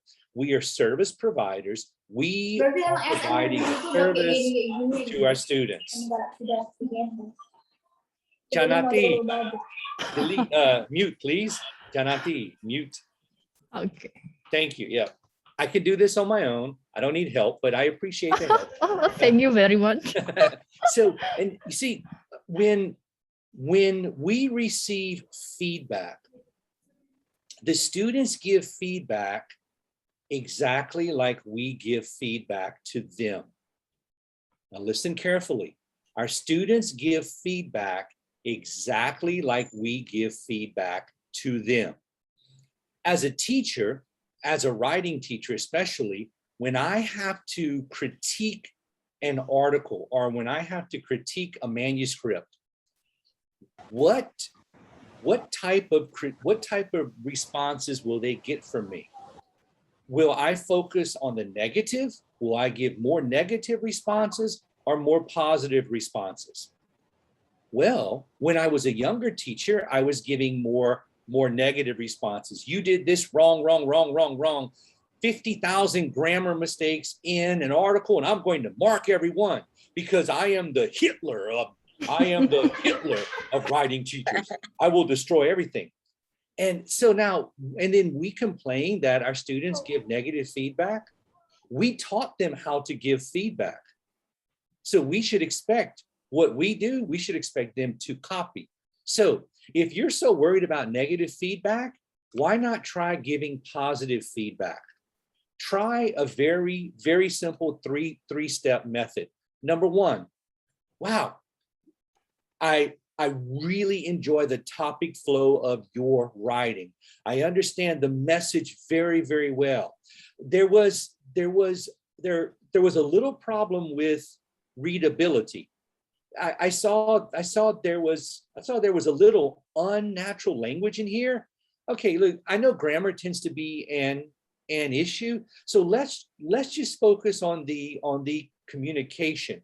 And the better we learn how to communicate in writing, the grammar will come. Okay, so now again, if we focus a little more on our communication and a little more on the topic flow, whatever problems you have, they will be fixed. Boom. That was feedback.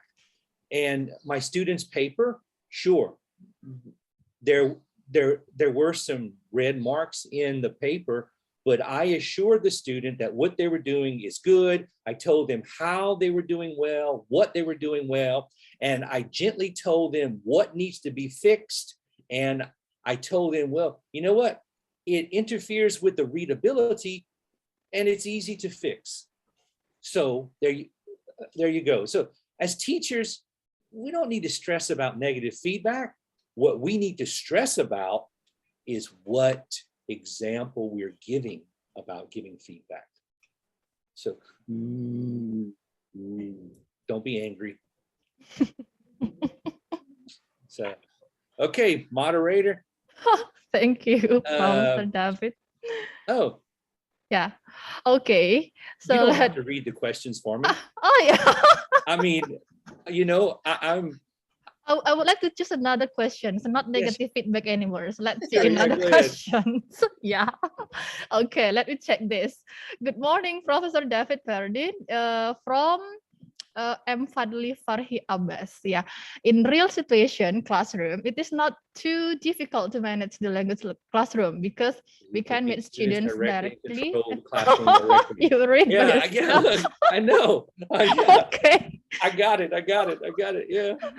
So okay. However, in learning virtually through Zoom, for example, it is very hard to manage and control the class. This is because some students busy doing another activities. Some students let the camera off for a long time and many other situations. For these cases, can you give me such a great suggestions to overcome to Fadli, Professor David? okay, you know what? The answer I'm going to give, I hate this answer and it goes against everything that I believe in. But you know what? Have you ever watched the movie Frozen? Frozen. What is the famous song from the movie? Let it go. Let it go. My goodness, let it go. You know what? Look, I teach, okay, master's level and PhD level. That's different. Master's level and PhD level, you are adults. You better turn on your cameras. If you don't turn on your cameras, then you know what? I'm going to just presume that either you are dead or because the function, hide non-video participants. That's what I do. I hide non-video participants. If your camera is off, I don't care, right? But undergraduate students, you have to understand that they are young. They just came out of high school, 17, 18, 19 years old. Their parents never trained them on netiquette. Their parents don't know anything about Zoom. Come on. So if you expect them to be the perfect student with their camera on all the time, they're not going to do it. Because trust me, if I have to sit through a 3-hour lecture and the teacher blah blah blah, I'm going to be playing on Facebook. So yeah. I know that. So you know what? I just let it go. I tell my students, hey, I like to see your smiles. I like to see your faces. Even if you think you have an ugly smile, just show me some teeth. Show me some teeth. That's all I want to see. I want to see teeth. And, we sort of make it into a funny game thing. You have to, because you know what? Some students, they're shy about their house. they might not live in the best house, or they might not be the cleanest students, you know. So yeah, just let it go. Let it go. Let it go. Okay. After this, we will sing the song together. Thank you. very much. Actually, I think before you close out, someone, the IT people, you should find the music to that song, and we can sing about 10 seconds of it. But make everyone turn on their cameras. Yeah, Right. make sure they open the camera. Okay, one more questions. Yeah. Oh my goodness. Oh yeah, yeah. It should be fair. 3 questions to Prof. Mulur, Okay. 2 questions for you. Okay. The last question from Dewiana. I do believe you can see also the questions, Prof. David, but let me read it for you. Yeah. How do we start convincing students that we really need their input? This is the last question. Yeah, I Professor see it. David. Hey, Dewey. Who's Dewi. that? Dewey Yeah. Yana. Yeah. Dewey Yana. Where are you, Dewey? Oh yeah, I see you. You're Okay. wearing the tan cover, right? Brown cover. Yeah. Wave, Dewey, wave. No, don't give me thumbs up. Wave. Wait. Wave, Dewey. Say hello. Okay. Dewey, how do we start convincing students that we really need their input? What did I just do?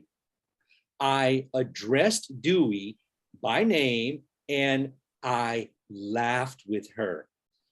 And she's shy, but look, that was 2 seconds or 3 seconds. Now Dewey thinks, oh, he said my name.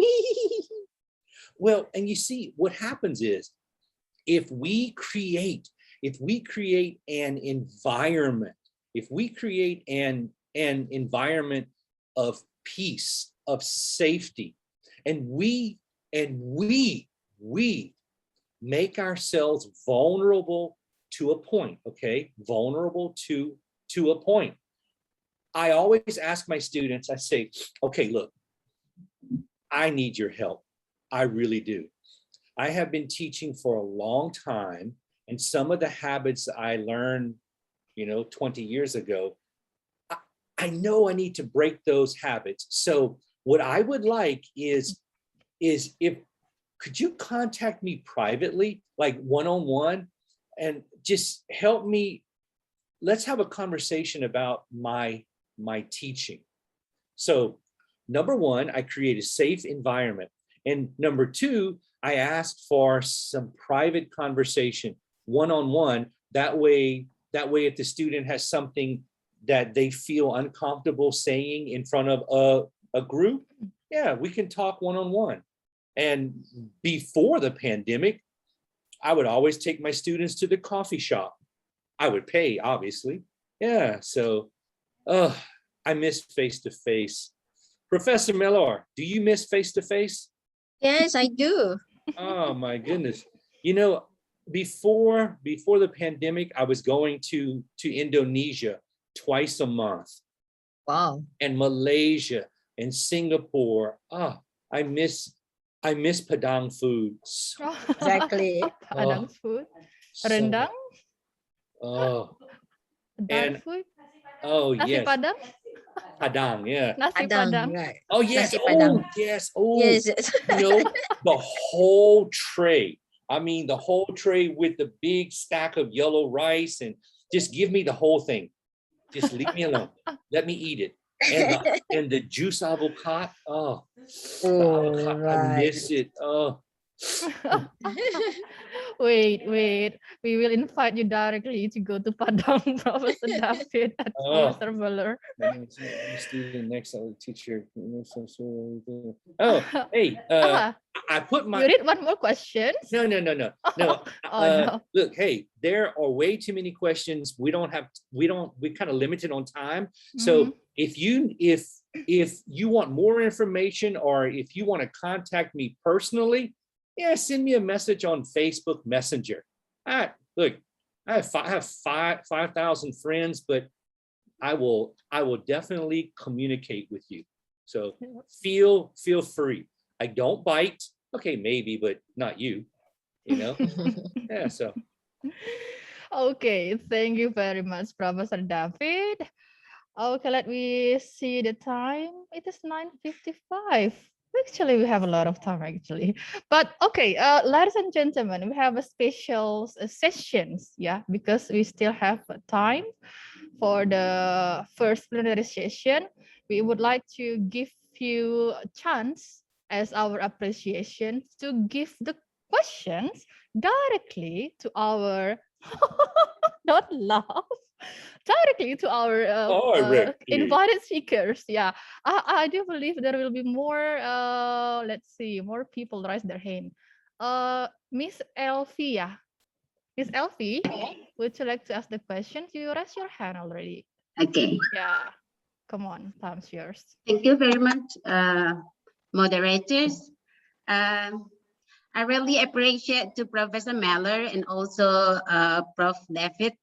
Yeah, thank you so much. Yeah, your presentation make me feel that I have to improve my teaching skill. Well, my first question will come to Professor Mellers. Professor Mellers, actually, what you have explained just now related to how to teach in the 21st century skill, especially for 4C skills, right? Okay. Yeah, 4Cs.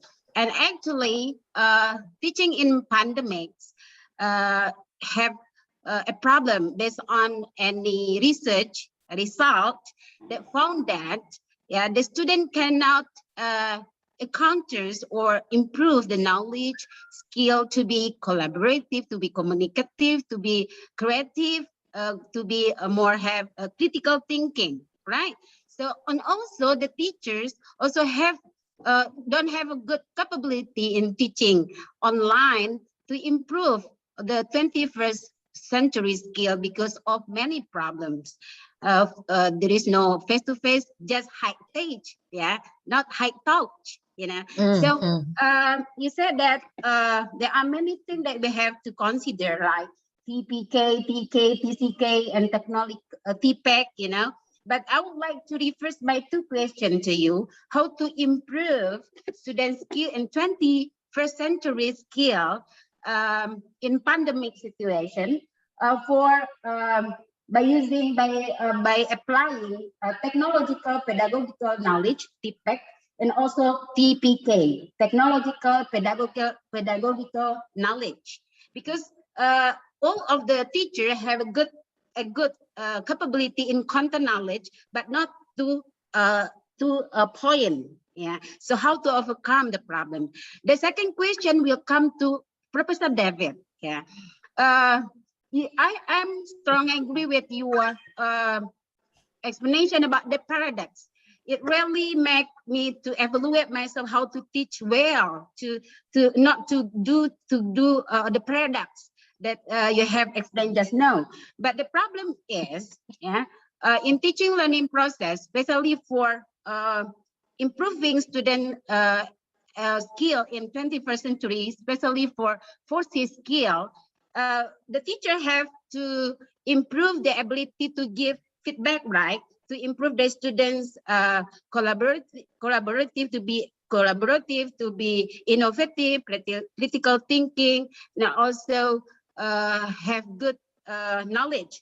And then, can you give such explanation? Yeah, what feedback for the first 21st century skill, especially for 4C skill?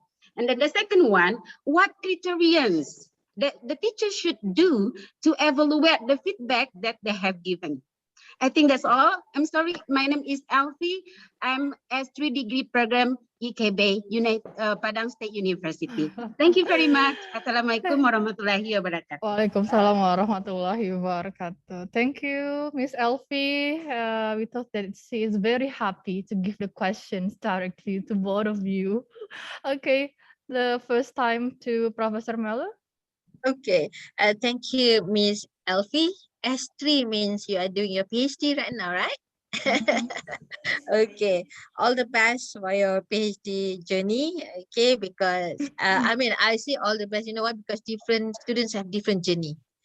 Each of us have different journeys. Okay, there are some small, some we have hiccups, some we some face some challenges. So whatever it is, complete it. Okay, so we need to see there is a light at the end of the tunnel. Okay, back to your questions. 4Cs is a 21st century skills that all of us teachers need to acquire. Need to know this by heart. 21st century learning. Okay, they keep on pumping. Okay, and people say 21st century learning. So when we talk about that 4 skills, now with the COVID-19 pandemic, we have to embed that with TPAC. Is it right? With TPAC. So how can we manage these two?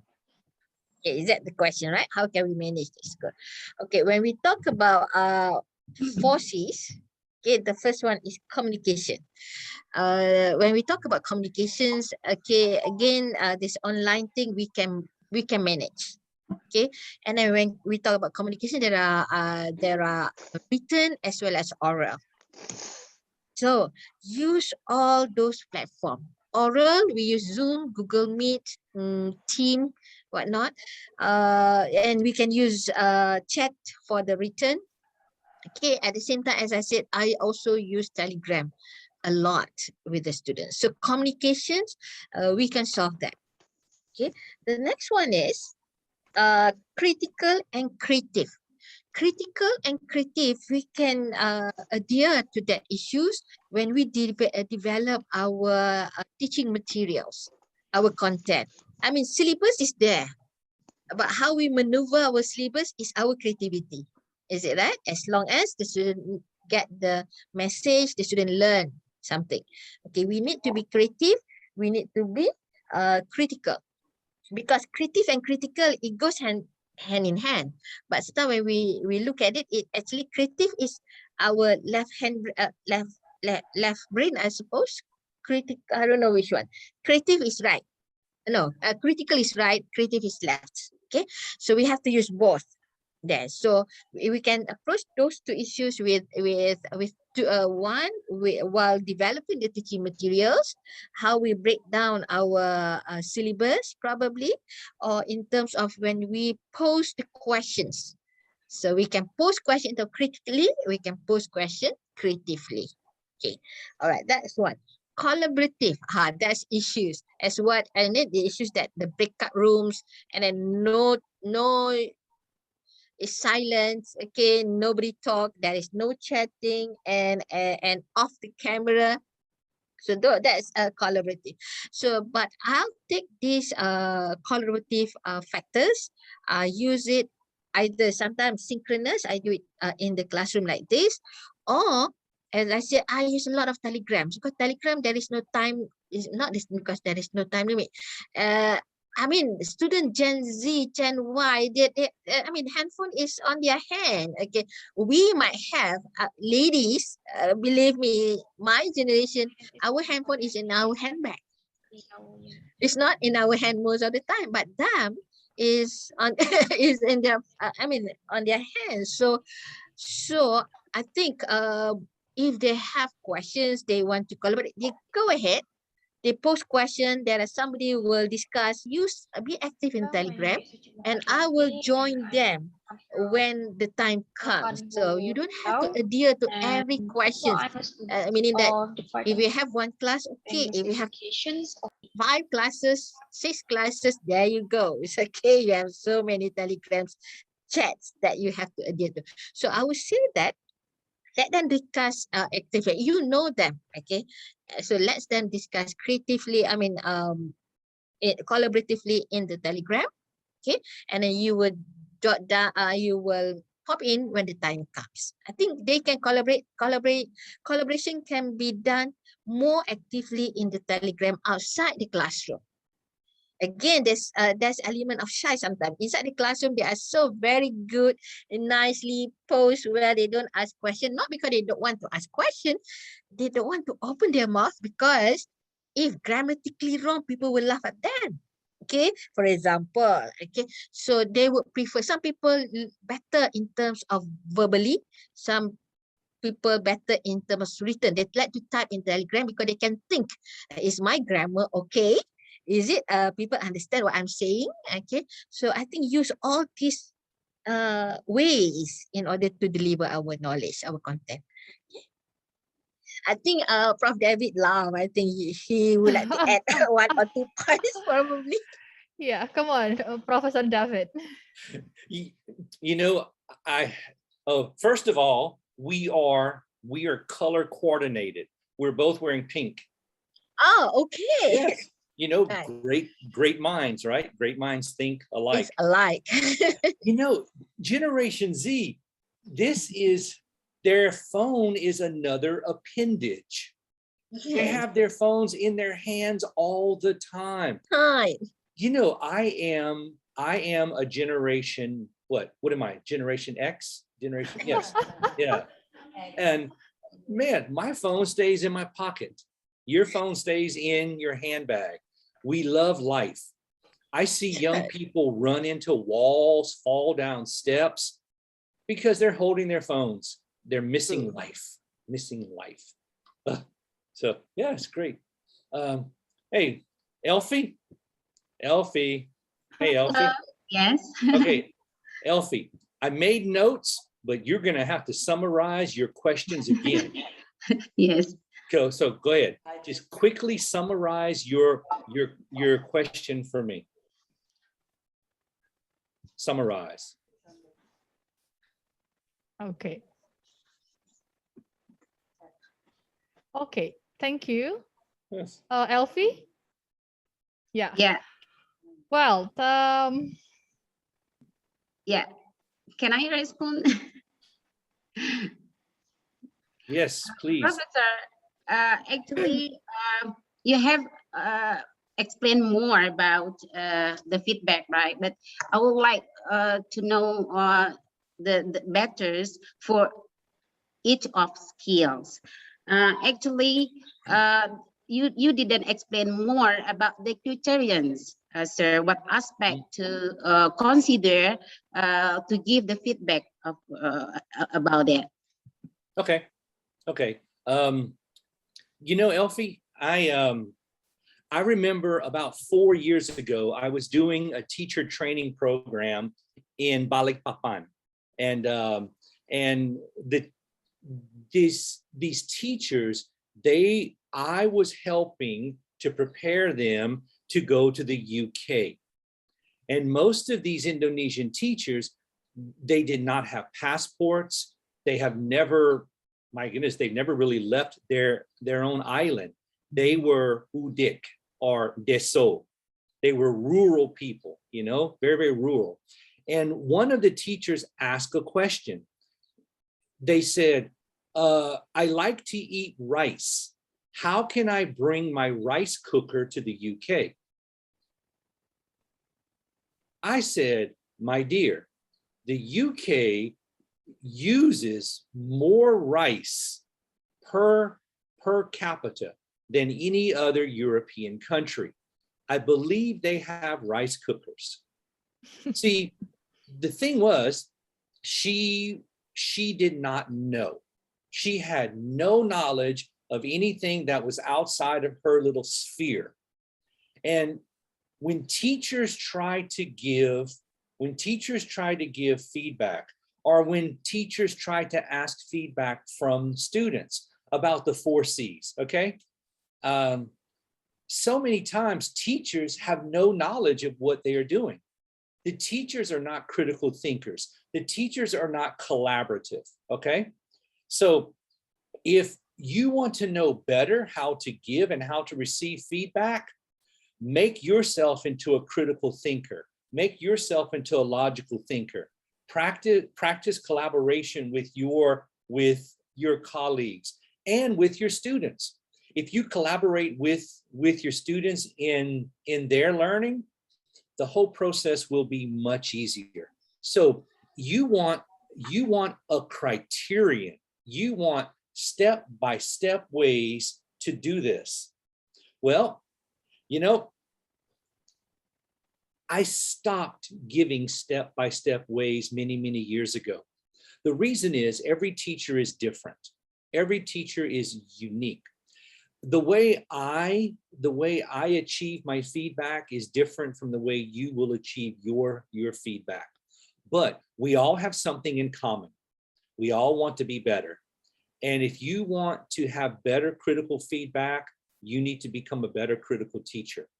And you're doing that by things like today, you know, learning from professionals like Professor Miller. She is such an outstanding teacher. I'm listening to her and I'm taking notes. Yeah, so that's how you learn. Just approach the students as they are human beings. Just have conversations. There's really no training needed. It's just a conversation. Yeah, so relax. Pedagogy, communication is not as difficult as what we make it out to be. Everything should be just a conversation. So, sorry, it's really not more technical than that. It really isn't. Thank you, Because, Prof. yeah, I get the idea. yeah. Okay. Okay, thank you very much to our keynote speakers, Professor Miller and Professor David D. Paradines. So, ladies and gentlemen, we close to the end of our plenary sessions. And from our discussions in the first plenary sessions, we have to consider several things exactly during this pandemic COVID-19 era. The first one is the accessibility, capability, and the last one is also the feedback. It takes the important role for our teaching and learning process, of course. Okay, to end our plenary first sessions, I would like to invite all of the participants to give applause for our keynote speaker this morning. Thank you very much to Professor Miller and to Professor David D. Paradines for the times and also for your contribution to our international conference, Language and Pedagogy. We hope that we will see you soon directly in Padang later on. Okay. Yeah. Okay. Thank you very much to all of the participants and all of the keynote speakers. We would like to end this plenary sessions with Hamdallah, and we will back to the MC. Thank you very much. Thank you so much for the thought-provoking presentations to both speakers, Professor Dr. Mela Muhammad Yunus and also Professor David D. Paradine from Thailand, and also to the moderator, Ibu Pipit. Okay, ladies and gentlemen, our next agenda is the first parallel session, and the committee has already provided 10 breakout rooms with 3 presenters for each room. Now you may proceed to join the breakout rooms provided by the committee. You can just click the breakout room tab on your screen. And for presenters,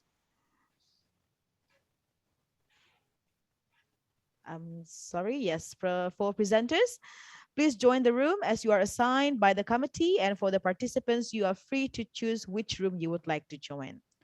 Again, ladies and gentlemen, we're going to start the first parallel session. The committee has already provided 10 breakout rooms with 3 presenters for each room. You may proceed to join the breakout rooms. Just click the breakout room tab on your screen.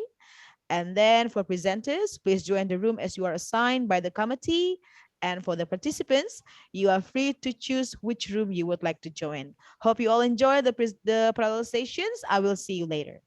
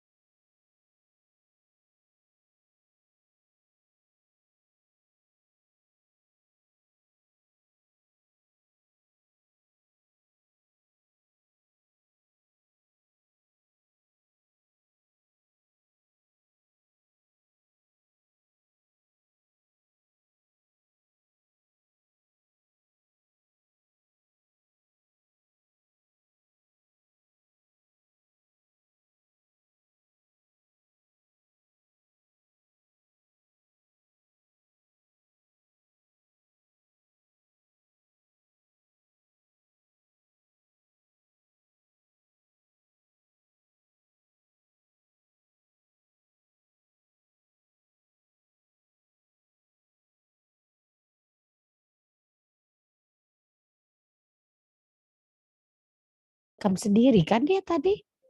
Recording lah. Yang pertama aja rekam.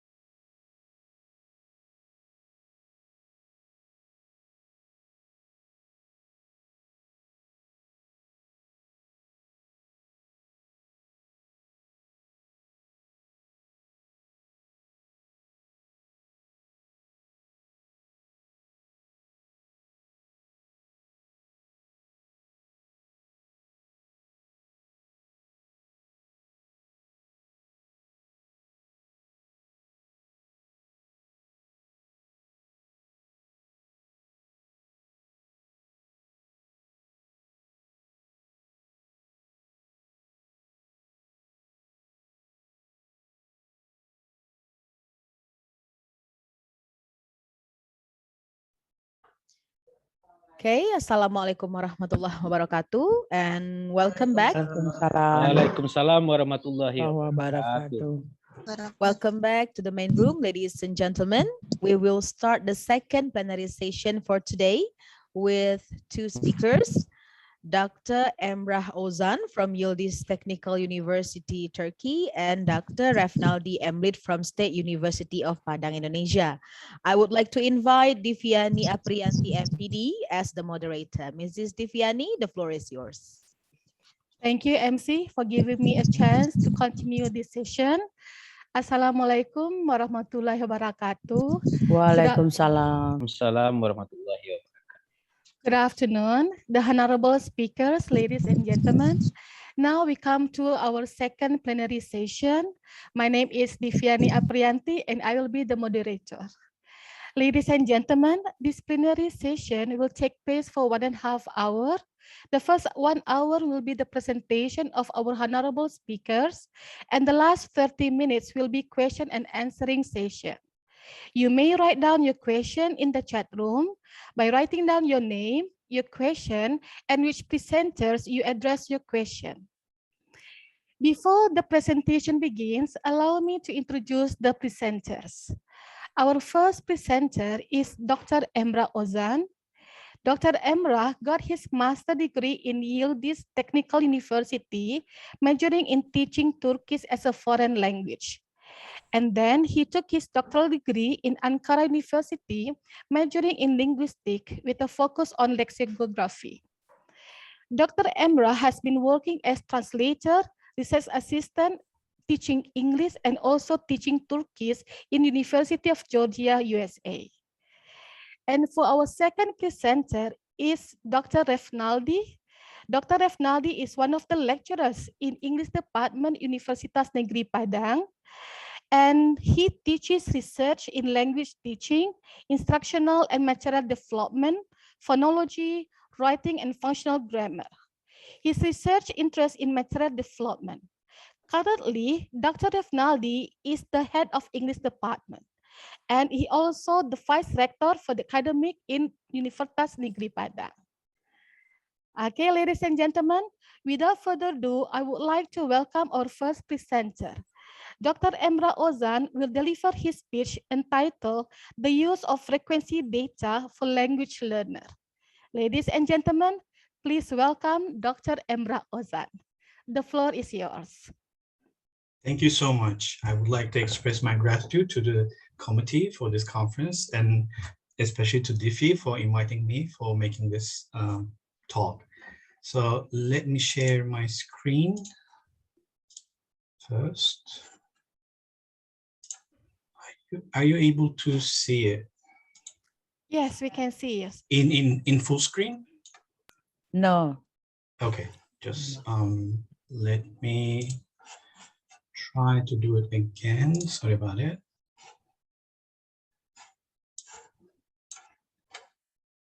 Okay.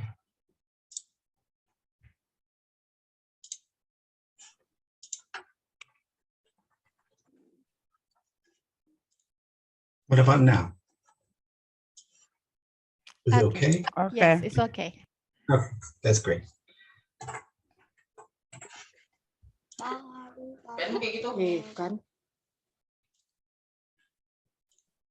Okay, so today we're going to talk about frequency data. What is it and how language learners make use of it? So the content of this talk is basically corpus linguistics, frequency use in language learning, lexicography, and how corpus is used in lexicography, how frequency values that we gather from corpus data used in lexicography, and we will have evaluation for the study and the recommendations. So our research questions are as follows. What is frequency data? What is the source of this data? Where does it come from? Why is it useful for language learners? And how can we utilize this data for language learners? So as a researcher who has studied lexicography, that's my habit to look it up in the dictionary. What does it say? I mean, what's the definition of that term? So when we look up the word frequency, in the Dictionary of Language Teaching and Applied Linguistics, published by Longman, it says the number of occurrences of a linguistic item in a text or corpus. Okay, so and there are some examples like by Kuthera and Francis. They did a study on American English and the frequency of the American English. So the, of, and, to, a, and these are the most frequently used words in American English. And also there's one more highlighted sentence here. Word frequency counts are used to select vocabulary for language teaching in lexicography. This is very crucial, and I believe this is the heart of this talk.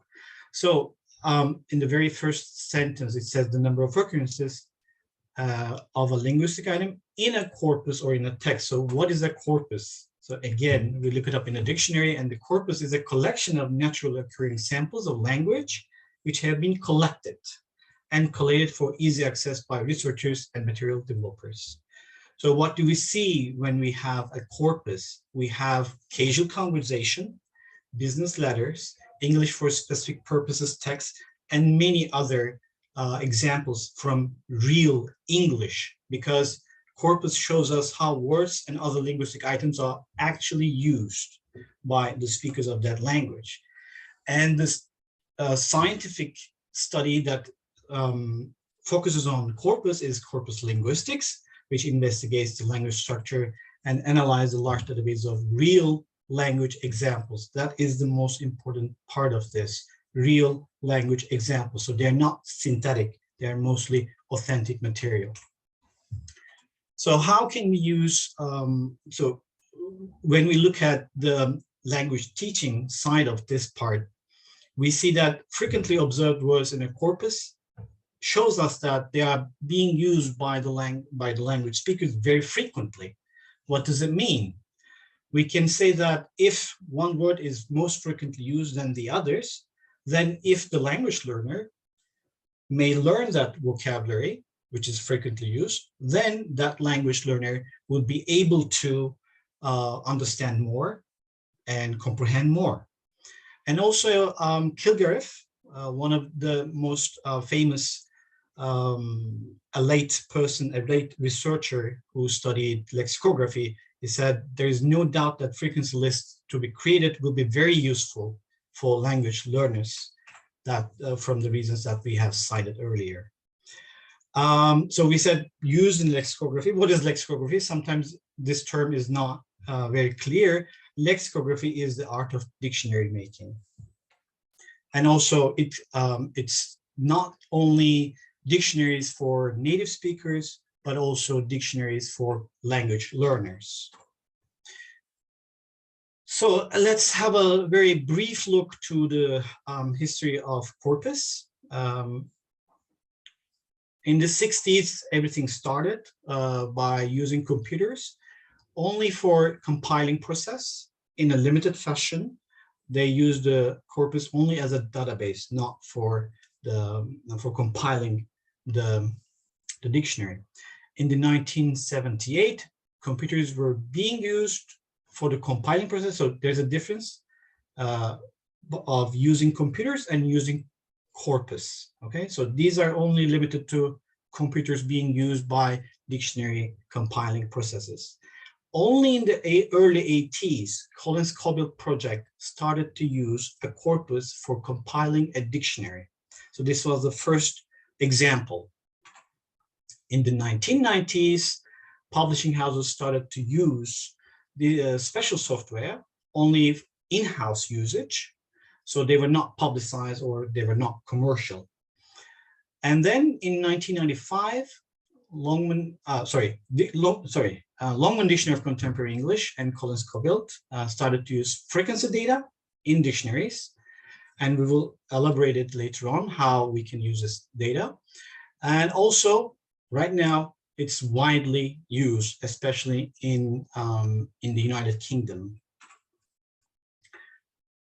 So we said that it's being used by dictionaries. So by dictionaries, we mean general monolingual dictionaries and also learners' dictionaries, but with different usage scenarios. And the corpus data started to be used in dictionaries early from the 60s, but only got matured in 1990s with Collins and Longman. So yes, it's very useful. We said that, but why is it useful? There's a science behind it, actually. There is one term which is maybe you are familiar with, which is called Zipf's law. So when we look at the word frequency data of Shakespeare's Romeo and Juliet, we see the following list and the I. So these are the most frequently words list in Romeo and Juliet. So when you take a look at the at this graphics, you would see that there is a certain crescent shape in the data, in the graphics. So it shows us that the most frequently used one is at the very top, and by getting less and less frequently used, it has a very curve through the end.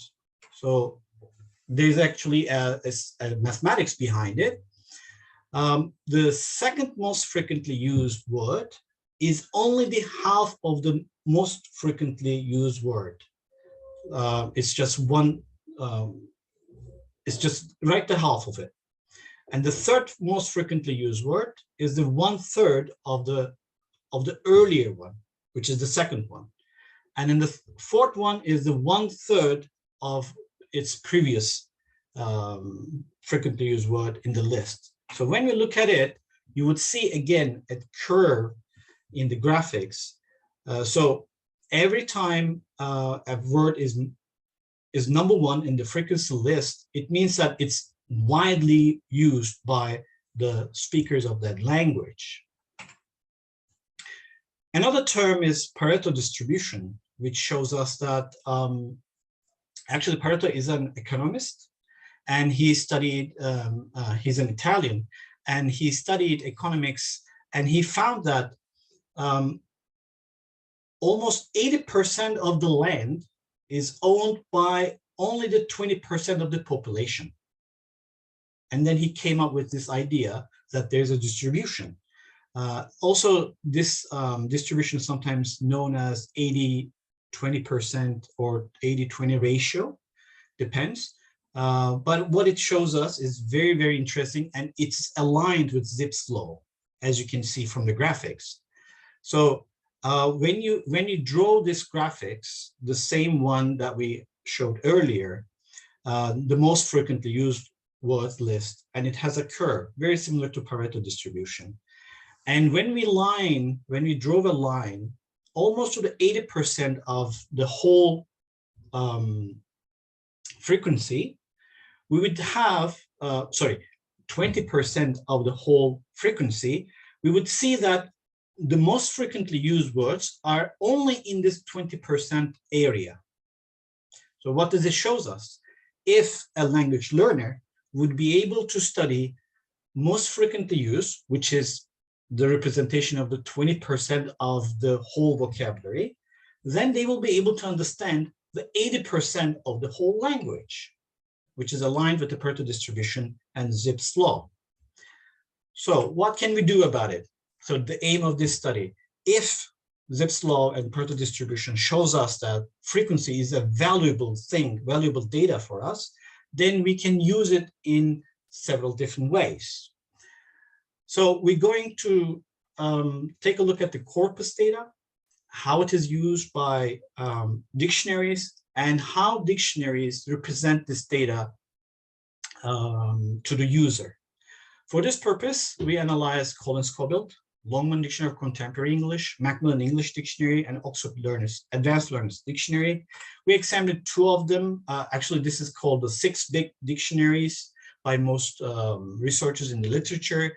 We excluded the Merriam-Webster learners and Cambridge Advanced Learners because of some reasons. Merriam-Webster dictionary says we don't use corpus data, so it's not included in the study. Cambridge Advanced Learners Dictionary tells us that they follow common European framework, which is trying to grade the levels of the language learners according to their skills and how and what they can achieve in language learning. But this is not very in detail, so we don't know how they level the A1 words and A2 words. It's not apparent in the dictionary, so it's not included. And in order to understand it better and what is going on in more than one language, I try to compare it with Turkish. So for Turkish, there is no such dictionary that uses corpus data right now, as of now. So we only included the main monolingual dictionary, which is the default dictionary published by the Turkish Linguistics Association, TDK. We used the 9th and 11th editions of the dictionary and also the online version of the dictionary. And for Learner's Dictionary, there's no such dictionary as Turkish Dictionary for Foreigners or Turkish Dictionary for Learners or Learner's Dictionary for Turkish, anything like that. There's only one example, but it's only limited to A1 words. So it's not a representative of the whole dictionary, so we exempted that.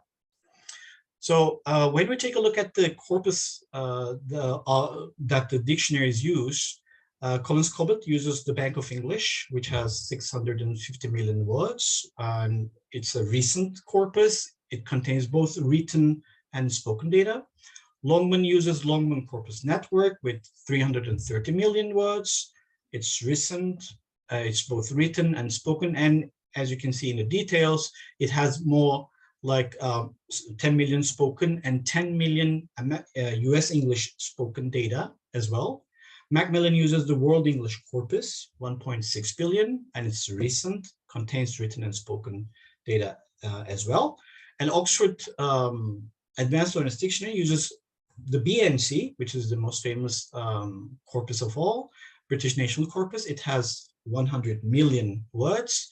It's not very recent. They stopped compiling the corpus in 2007. I mean, the data they used starts from 1990s to 2007. It's written and spoken.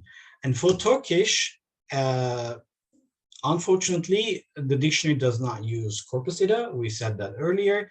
But there's only one statement in the front matter of the dictionary. Vocabulary of the language has been put forth by scanning various sources, which can be considered a little bit of a corpus, but actually it's not a corpus. So we accept that the Turkish dictionary does not use corpus data for compiling it. So what's our method? We're gonna take a look at the different versions of English, American English corpus and British National Corpus for English. So when we take a look at the these words are randomly chosen only to show you that British English and American English varies. So the frequency data, if you're just speaking about, I mean, there's such concept as word English is right now, and English is spoken by many people. So it's not, there is no such one English. So this is just showing us that we should be careful about what kind of corpus we are using. Okay. For Turkish, actually, there is one corpus, Turkish National Corpus, and it was compiled by Aksan and Aksan. And from that corpus, they also compiled a dictionary, frequency dictionary of Turkish, core vocabulary for learners. This is very unique and important because it's a very unique example, because there is no other source if you want to study Turkish. This is very important for that purpose. There's another one, another frequency dictionary, but it's relied on written Turkish, so it's not included in this study. So all in all, this study is a descriptive study, which the data obtained by document scanning and then analyzed. So how frequency data is used in lexicography? One, selection of the entries. So which words should appear in the dictionary? Two, showing the frequency used, showing the frequency to the users. Like when you take a look at the dictionary and you would see how many times, how frequent is that word. And the third is ordering the senses of the word. As you can see, a word, an entry could contain several senses. So what should be the exact order of those senses? And the fourth one is using the defining vocabulary for defining the entry. This is especially useful for language learners because when language learners look up a word in the dictionary and they will not understand if that dictionary is monolingual. So for language learners, this is something very, very useful. So I will go a little bit faster here in order to save some time. So how can we compile a dictionary? Like which words should appear in a dictionary? That's a big question for lexicographers. And as you may already know, every year, every dictionary chooses a word of the year and they publicize it. And if I'm not mistaken, this year it's vax for vaccination because it's widely used. So in order for a word to appear in a dictionary, it has to be lexicalized. This is the term that lexicographers use. So how a word is lexicalized? Actually, there are 3 steps. Number 1 is nonce formation, and then institutionalization, and then lexicalization. So very briefly, I will talk about it. Nonce formation is when you start to create a new word just for the moment, like a freegan. Instead of vegan and free, you just combine it. Or the greens and the blues, just to refer to the greenness and to blueness. So this is one step to the neologism. So you just use it, it stays there, nobody else uses it, you're the only one who uses it. And if somehow that nonce formation is liked by the others and step by step used by the general public in a way, then we can talk about the institutionalization. Okay, but of course there are some other constraints that you can find it here in detail, but all in all, it's just a process of the word formation. And Leach, 1974, gives us an example for this institutionalization, the example of fox, which is a person with a pointed noise. This is the default, and this is not the default definition, but it can also be used for a cunning person or someone who is like has the attribute of a fox. And the later stage is lexicalization. This is the final step, and this is where the word is used by the general public, and this is the stage where the word enters to the dictionary. So if you see a word in a dictionary, then it shows us that it has been lexicalized. Okay. Also, Aksan, one of the famous Turkish linguists, he stated that frequently used words should be valued by being added to the dictionary as an entry. This is very, very important. And more frequently occurring structures are believed to hold a more prominent place, not only in actual discourse, but also in the linguistic system than the less occurring ones, which is a fact, right? So in this regard, corpus data is an important source for finding out the institutionalization of the words and the lexicalization of the words. So the second one, the second way how we use this data is showing the dictionary users how frequently is that word they're looking up is used. So Collins Dictionary uses a representation of a diamond, 3 diamonds, full and empty diamonds. Collins Online, the same one, but online version, uses circles, but not 3, 5 circles. So 5 circles with full color, then it means that it's very, very frequent. And Longman chooses to differentiate between spoken and written data.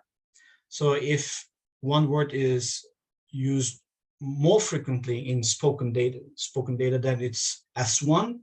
If the same word is not used frequently in the written data, then it could be W3. And Macmillan uses a corpus of 7,500 word, and their entry uses stars with red color, okay? And 3-star represents the most frequently 2,500 words, 2 stars represent 5,000, and 1 single star represents 7,500. And Oxford, again, uses just a key. And if that word is cited in one of these Oxford 3000 and Oxford 5000 lists, then it has a key. So let's check the actual published dictionary. So you can see the difference, right?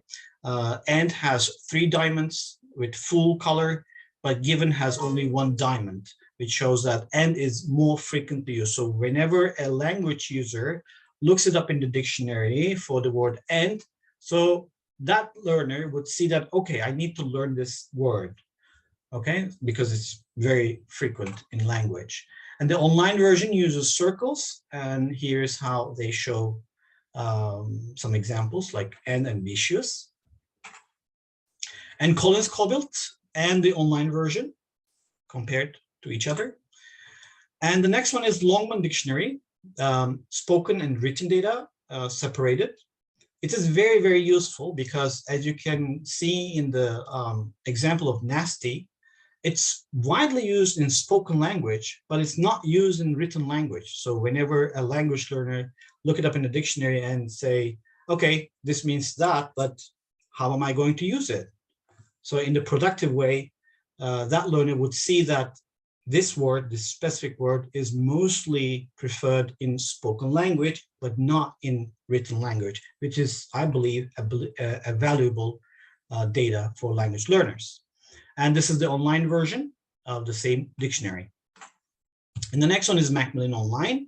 As you can see, the characters are in red for the most frequently used one, given, but for the bleach, the word, which is not very frequently used, less frequently used word, is in black color.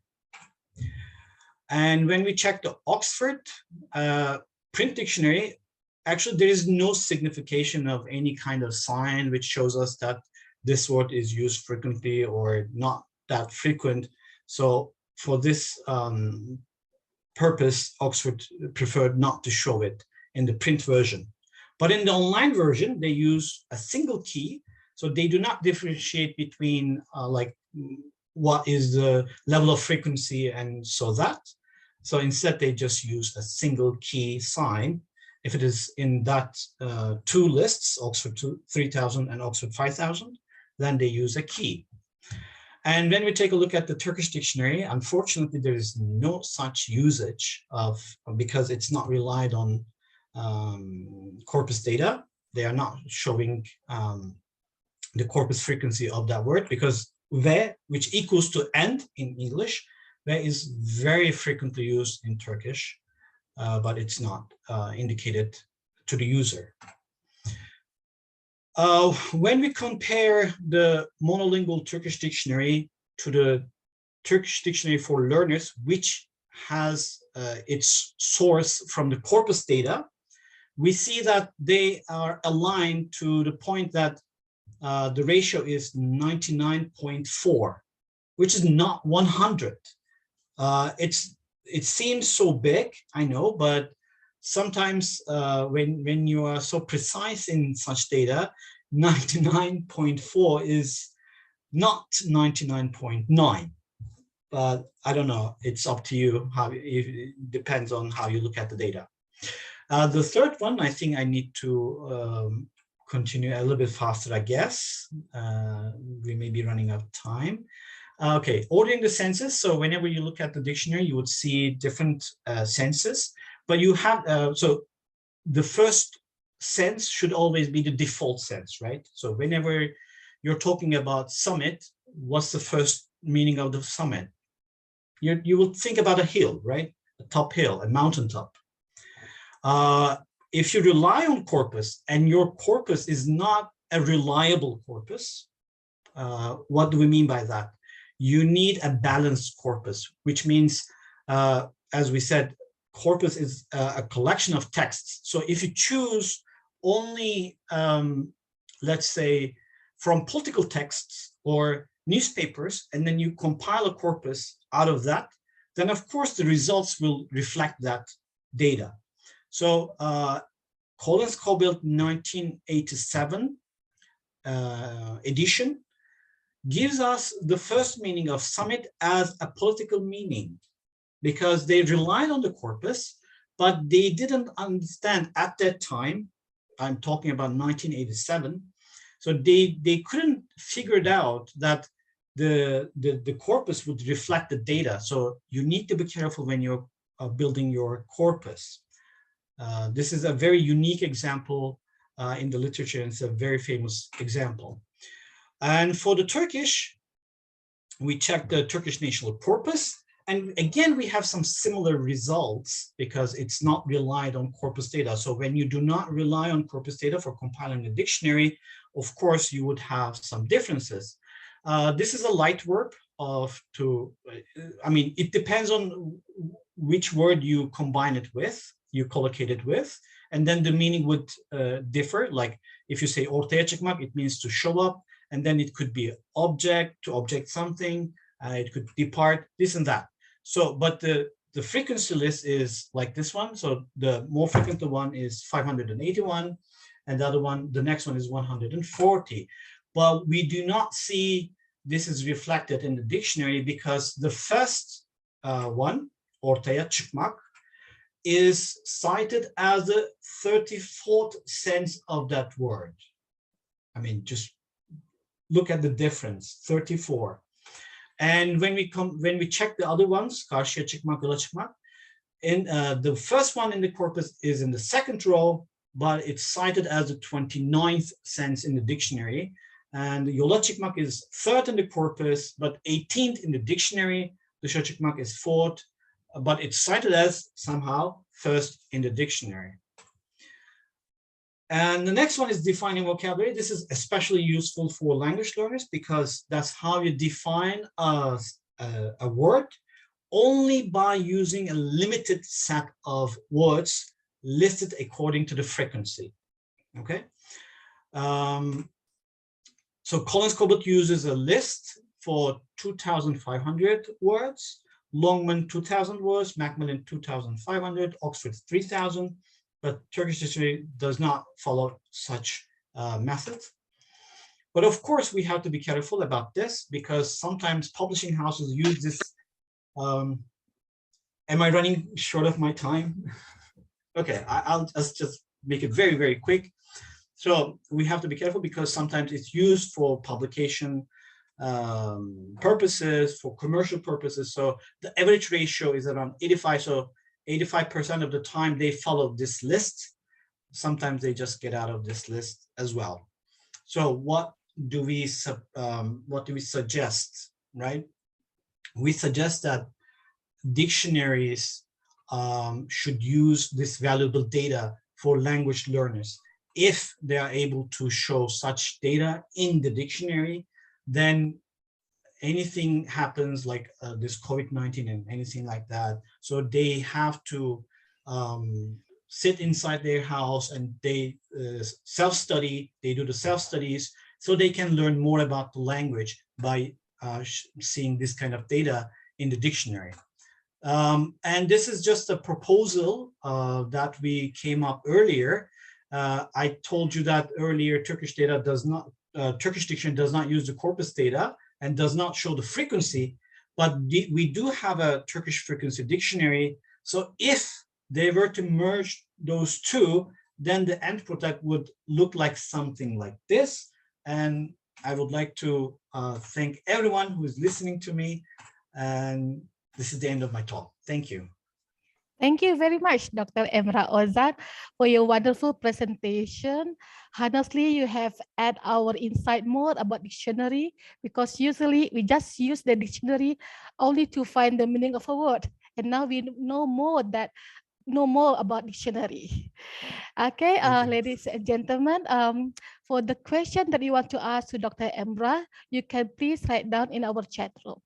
Okay, so ladies and gentlemen, now we come to our second presenter, and the title of the presentation is Reading Literacy and Strategies to Improve Student Score on PISA 2022. Ladies and gentlemen, please welcome Dr. Refnaldi. Thank you. The floor is yours. Thank you, moderator. Good afternoon, ladies and gentlemen. Can you hear my voice? Yes, we can. Yes. Well, thank you for inviting me to be one of the speakers in this very great conference. And this is the first international conference hosted by the PhD program of Language Education of State University of Padang. And in this occasion, I'd like to talk a bit what my colleagues and I are doing right now in implementing some strategies related to how we improve a junior high school student score on PISA 2022.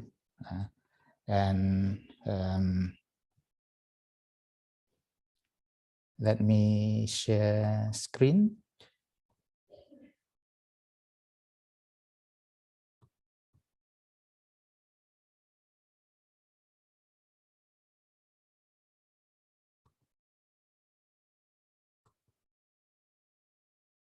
Can you see it?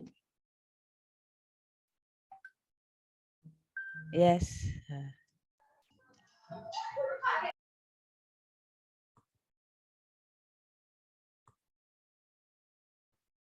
So the title is Reading Literacy and Strategies to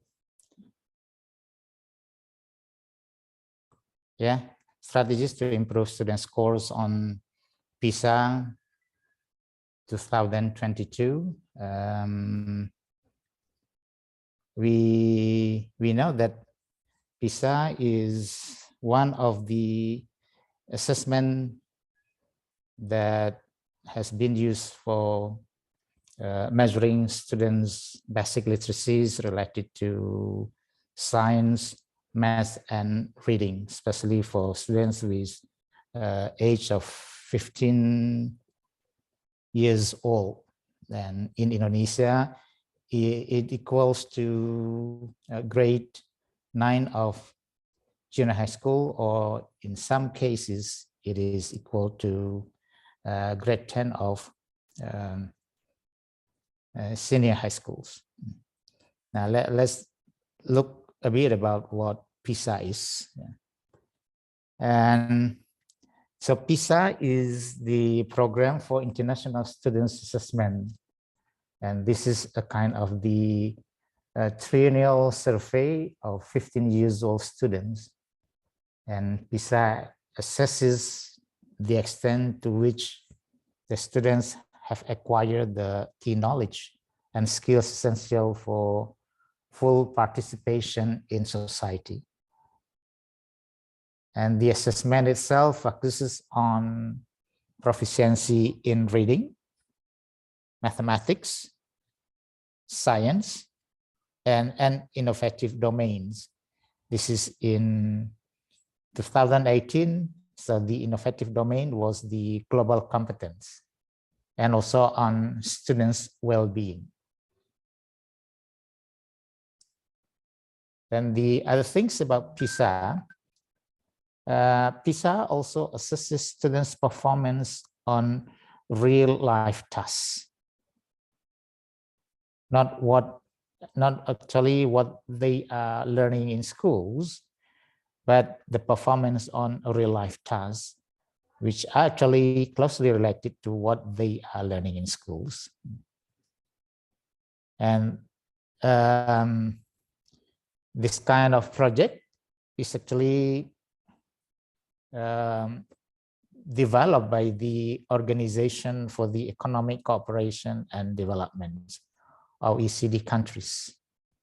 And it has begun since the year 2000. Then PISA has been implemented every 3 years, starting from the year 2000. And the 8 cycles of PISA should be taking place in 2021, but it has been postponed by 1 year because of the COVID pandemic. Then will take place in 2022. And because of that, we still have time to prepare our students to be ready with the PISA assessment. And in 2018, we can see that the number of countries participating in PISA has increased from only 32 countries in 2000 to become, later maybe in 2022, to become 88 countries. So making it as one of the largest studies of its kind. Then the subject areas or domains assessed by PISA is actually reading literacy, mathematics, and science. And in more recent cycles of PISA,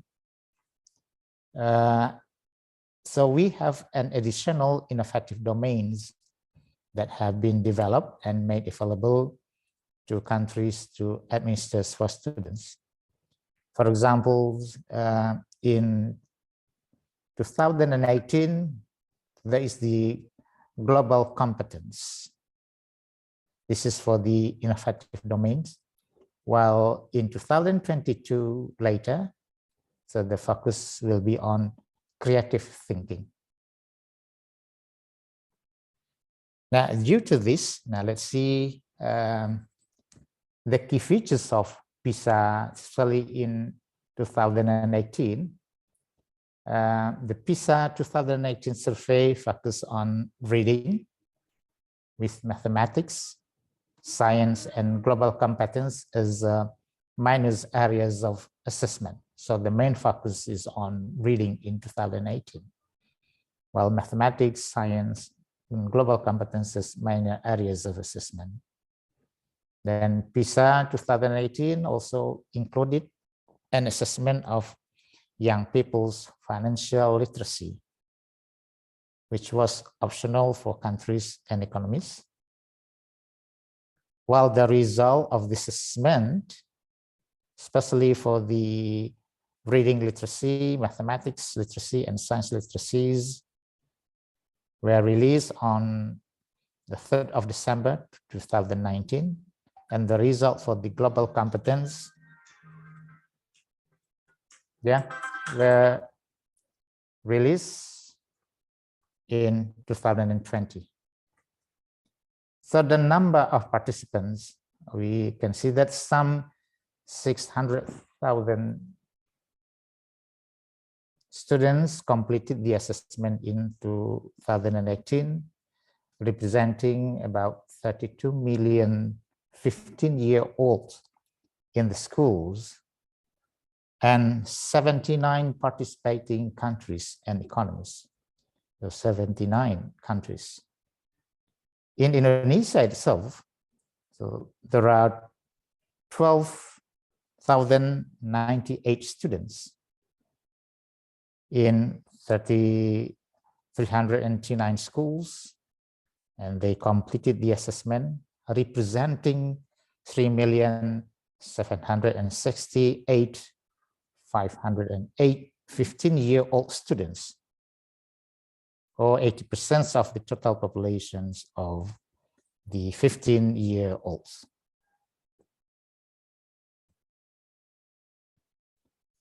Then what about the assessment itself? So the computer-based tests were used in most countries with assessment lasting for 2 hours. And the items were a mixture of multiple choice questions and questions requiring students to construct their own answers or their own response. So the items were organized into groups based on a passage of text. Again, based on a passage of text describing real-life situations. And students also answer a background questionnaire, which took about 30 minutes to complete. So the questionnaire sought the information about students themselves, their attitude, dispositions and belief, their homes and the schools and learning experiences. And school principals also completed a questionnaire that covers schools management and organization and the learning environment. And what's the results? Now, as you can see, so this is the snapshots of the performance in reading, mathematics, and science. Now you can see that the mean score. The mean score for Indonesian students in reading is 371, while the average scores is 487. You can see this is much lower than the average score. The same case also occurred in mathematics. So the mean score is 379, as well as in science, the mean score is 396. So we can say that we belong to the Big 10, not from the top, but from the bottom. Big 10 from the bottom for both basic literacies, reading, mathematics, and science. Then if we can see the graph on the right, so Indonesia only shares one students of the top performers, at least in one subject, also only one.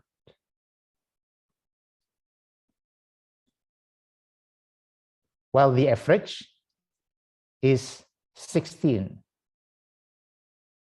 And 70% of Indonesian students can be categorized into low achiever in reading. Then low achievers in mathematics for 72. Now, if we look at the result, we can say that the result in a bit detail. So the result of the 2018 PISA, it reports that Indonesian students' ability to read achieved an average score of 371, far below the average of 487, as well as in mathematics, then also in science. And it implies that what Indonesian students know and can do in reading.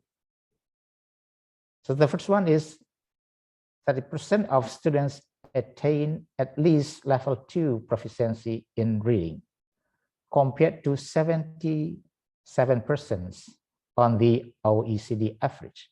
So there's only 30% of students attain level 2, while the average is 77%. So we can also say that these students can identify the main idea in a text of moderate length, find information on explicit or sometimes complex criteria, and can reflect on the purpose and form of text when explicitly directed to do so. So a text of a moderate length. And some negligible percentage of students in Indonesia were top performers. So it is negligible percentage. In reading, it means that they attain level 5 or 6 in PISA reading tests. Actually, if they can achieve or if they can attain level 5 or 6, actually they can comprehend lengthy text, deal with concepts that are abstract or counterintuitive, and establish distinction between fact and opinion based on implicit cues pertaining to the content or source of information.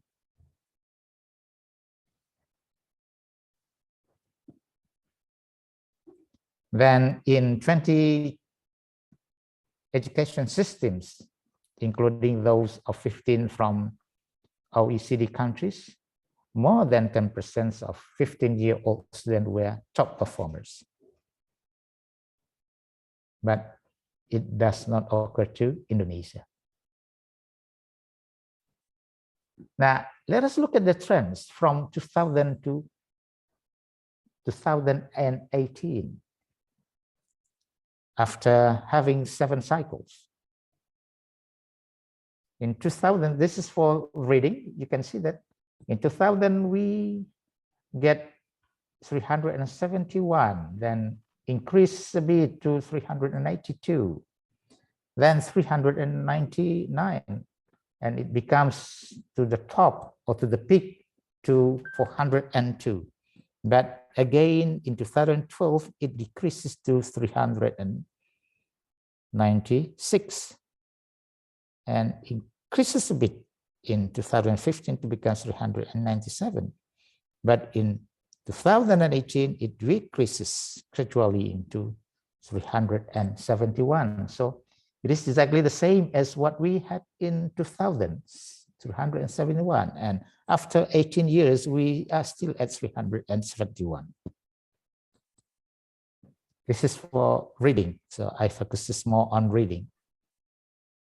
So that. So while for the mathematics, from 360 to become 379. Well, for the science is a bit better than reading and mathematics. So from 393, then now it's 396. Now, after looking at this, actually, we need to do some analysis on the organizing the domains of reading actually in PISA itself in order to compare between what students really do in the classroom, especially regarded with the reading activities or reading exercise. Then if we look at the PISA reading literacy assessment, so there are 3 major task characteristics. And to ensure a broad coverage of the domain, we have what we call processes, then text and situations. So processes in this case refers to the cognitive approach that determines how readers engage with a text. In other words, this is related to the reading skills and sub-skills being questions in the assessment, the cognitive levels, and also types of skill and sub-skill, starting from what we call as the low order thinking skills until higher order thinking skills. While text refers to the range of material that is read. Then the second one is situation. So this refers to the range of broad context or purposes for which reading takes place. Let's see this one in more details.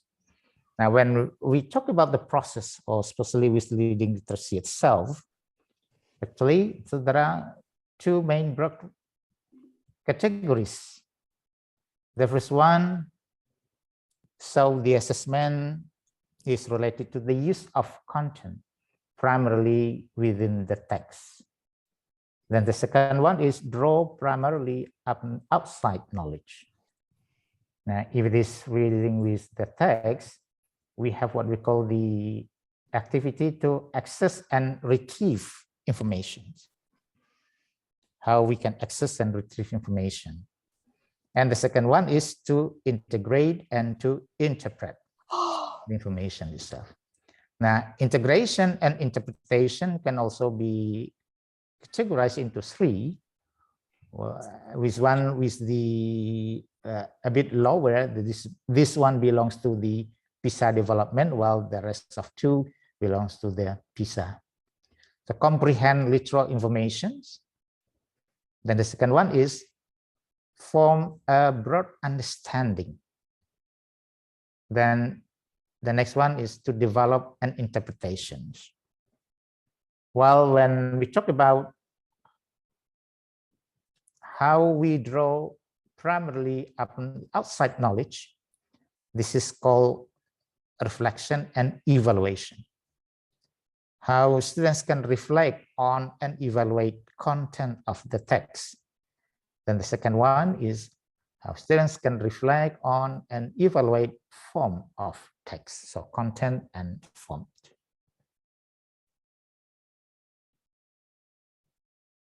Then integrating and interpreting. Actually, in general, what we usually do in school, especially in junior high school, we also talk about how we understand the coherence of the text and involve the processes to make internal sense of the text. Then connecting various pieces of information, like identifying similarities and differences, making comparison, understanding cause and effect relationship, and making meaning from something that is not stated. Then both integrating and interpreting are required to form a broad understanding. So we need to consider the text as a whole or in a broad perspective. Then students may demonstrate initial understanding by identifying main topics or message by identifying general purposes or use of the text.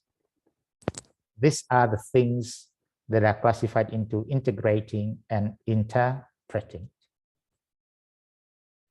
Then other one is integrating tasks, and also we have interpreting tasks. Integrating involves inferring a relationship within the text and then bringing pieces of information together to allow an interpretation made by to be made so that it forms a new integrated whole. Then what about reflect and evaluate?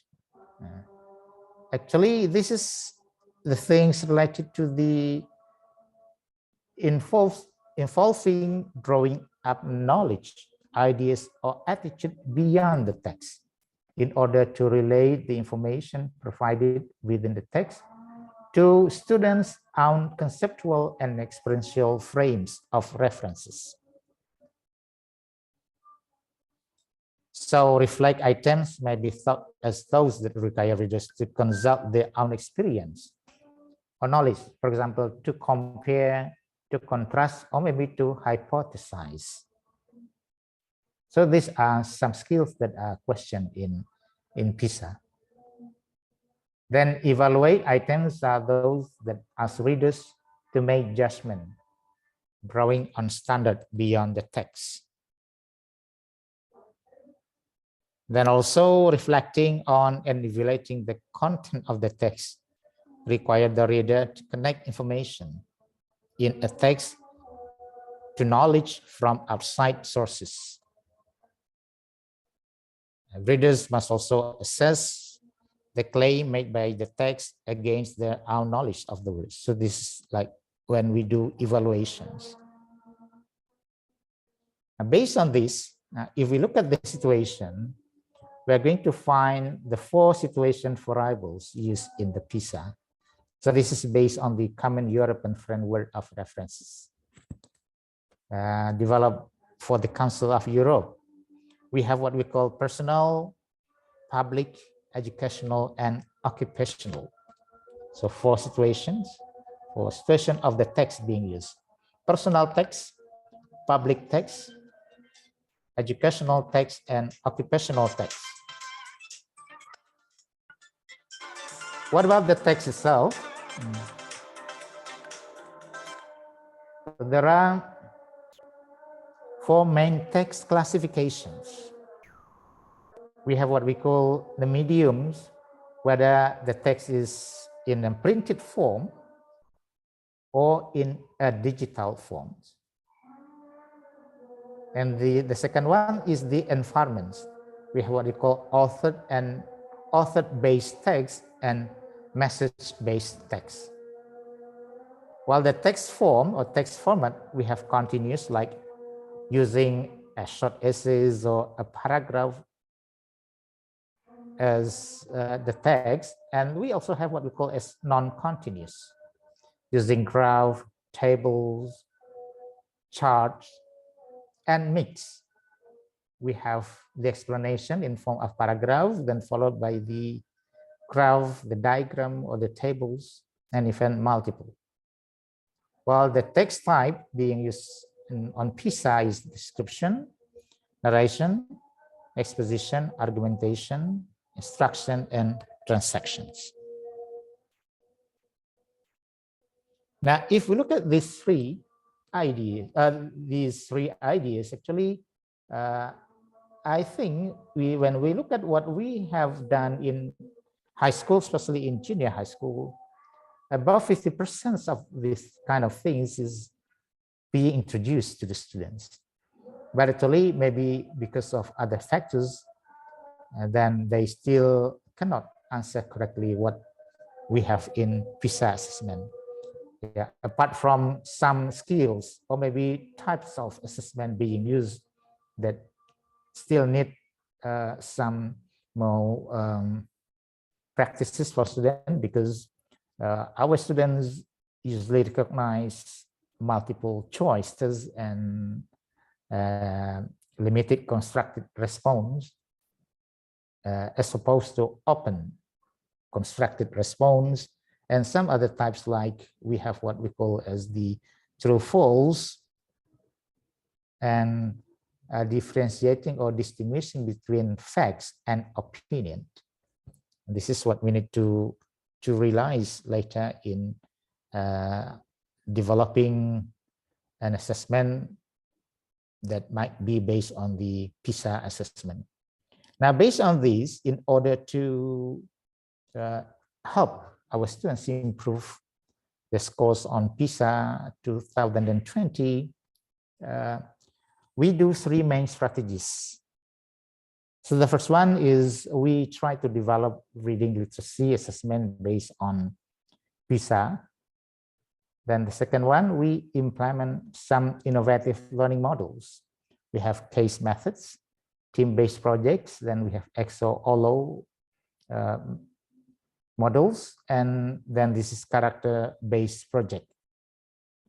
Then the second strategy is collaborating lecturers, university lecturers, teachers, and university students in teaching and learning processes in junior high school. So university lecturers, university students, and teachers in a classroom conducting a teaching and learning process. So they're collaborations.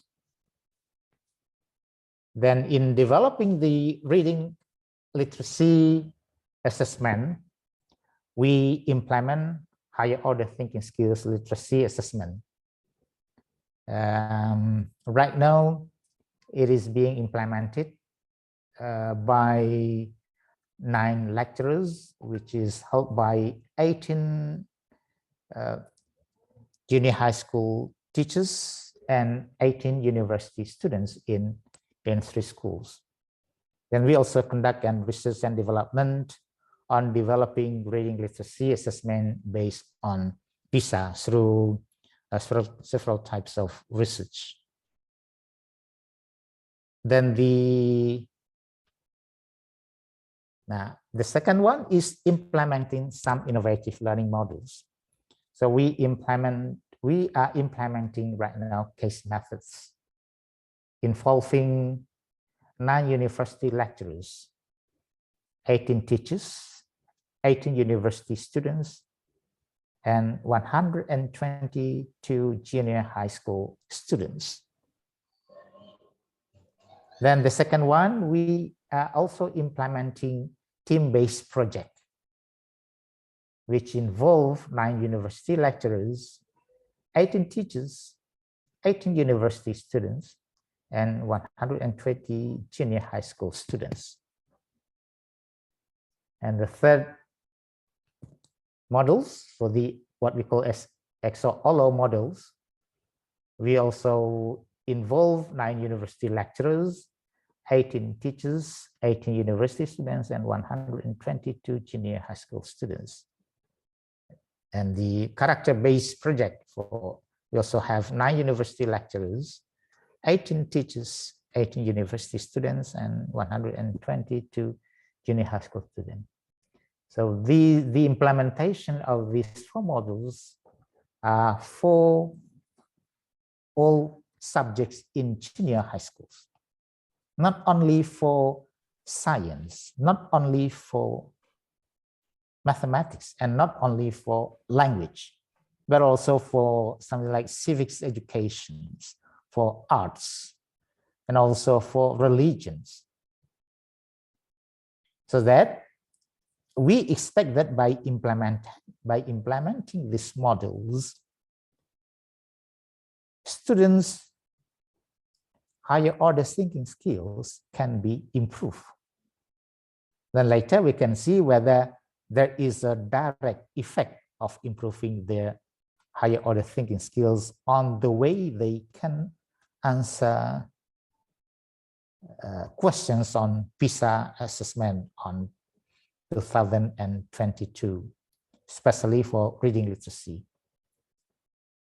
Although we cannot deny that, we can also measure their ability later on math literacy and on science literacy. Now, based on this, and then we also focuses especially on these 4 models for the framework for the 21st century skills, especially with the 21st century content. Then we have focus on core subjects, and also learning and thinking skills in each of these innovative models, and as well as ICT literacy. Now, because of that, we try to collaborate with university lecturers, teachers, and university students in order to help develop some content materials, then learning and thinking skills, as well as ICT literacy. And so these are the key elements. For example, the core subjects on reading, English, then mathematics, science, and also foreign languages, civics, government, economics, art, history, and geography. And then the second element is on the 21st century content, especially with the global awareness, financial and economic and business awareness, civic literacy, then health and wellness awareness.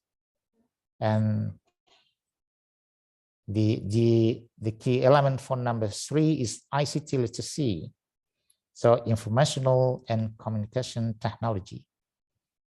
The main focus is on the ability to use technology to support the 21st century teaching and learning, and the ability to use technology to meet this is what the CSOs and states or national educational technology standard.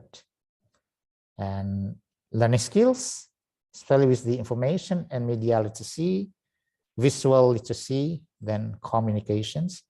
And the most important things is this is related to the learning, thinking and reasoning skills, to develop their critical thinking, system thinking, problem solving, then creating and innovating.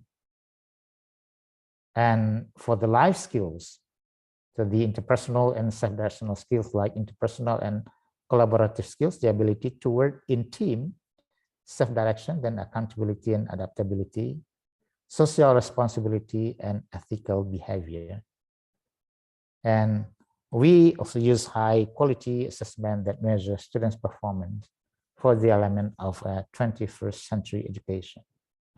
Then we expect that right now we haven't got the result yet because we are still implementing for at least for the end of this, for the middle of the December. And then we are going to measure whether So the result is quite promising or not, because this is only the, let me call the pilot project for the development of students' literacy.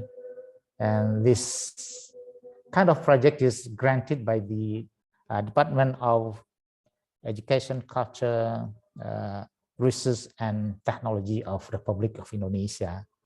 Actually, these projects are being implemented in 7 universities, which was previously considered as the teacher education institution, or ICIP right now is called as Universitas Negeri, in 7 universities. And State University of Padang is one of those 7 universities, as the one responsible for doing this kind of pilot project.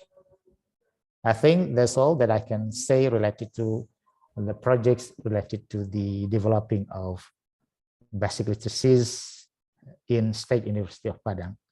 Thank you. Thank you very much, Dr. Refnaldi. We really hope that the result will be better later on.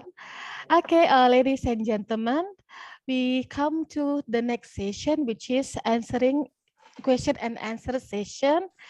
And there are some question comes to our chat room, and we are going to do it quite quick because we are running out of time. So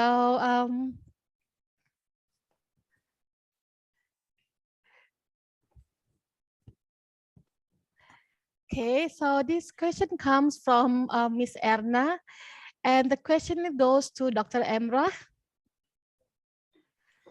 Okay, let me make it very quick, because some of the questions are similar in a way.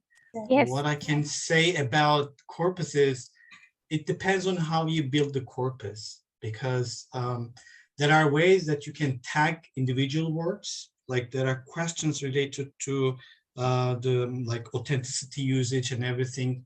Like if the word is informal, then you can tag it.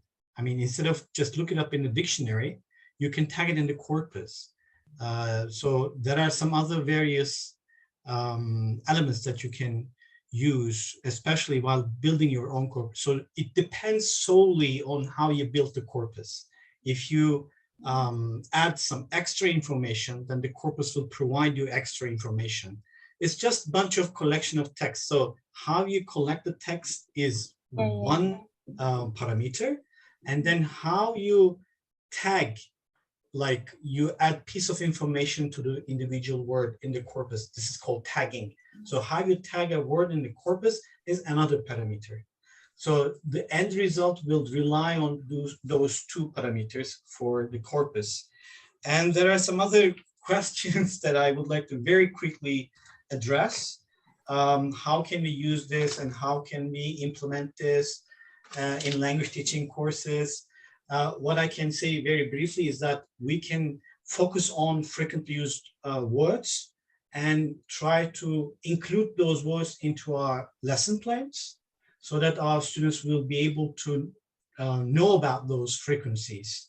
And also, there are so many online tools, websites that shows us great deal of information about frequency of that data of these words. And also, Ms. Maria, Ma'am Maria asked a question about how is there other parameters other than frequency? Of course there are, but frequency is the most important one and mostly used parameter for compiling a dictionary. But of course, as I have already addressed that in the example of summit, instead of saying a mountaintop, the definition tells that it's a political meeting. So you have to be careful about that. So frequency should not be exaggerated, but it's a good parameter. It's one of the best that we can use. Others could be collocationals. There are some other words that are derivationally productive. So these, and also there are some other syntactic structures and semantic structures that can be useful for language learners. So we can include words that are related to those.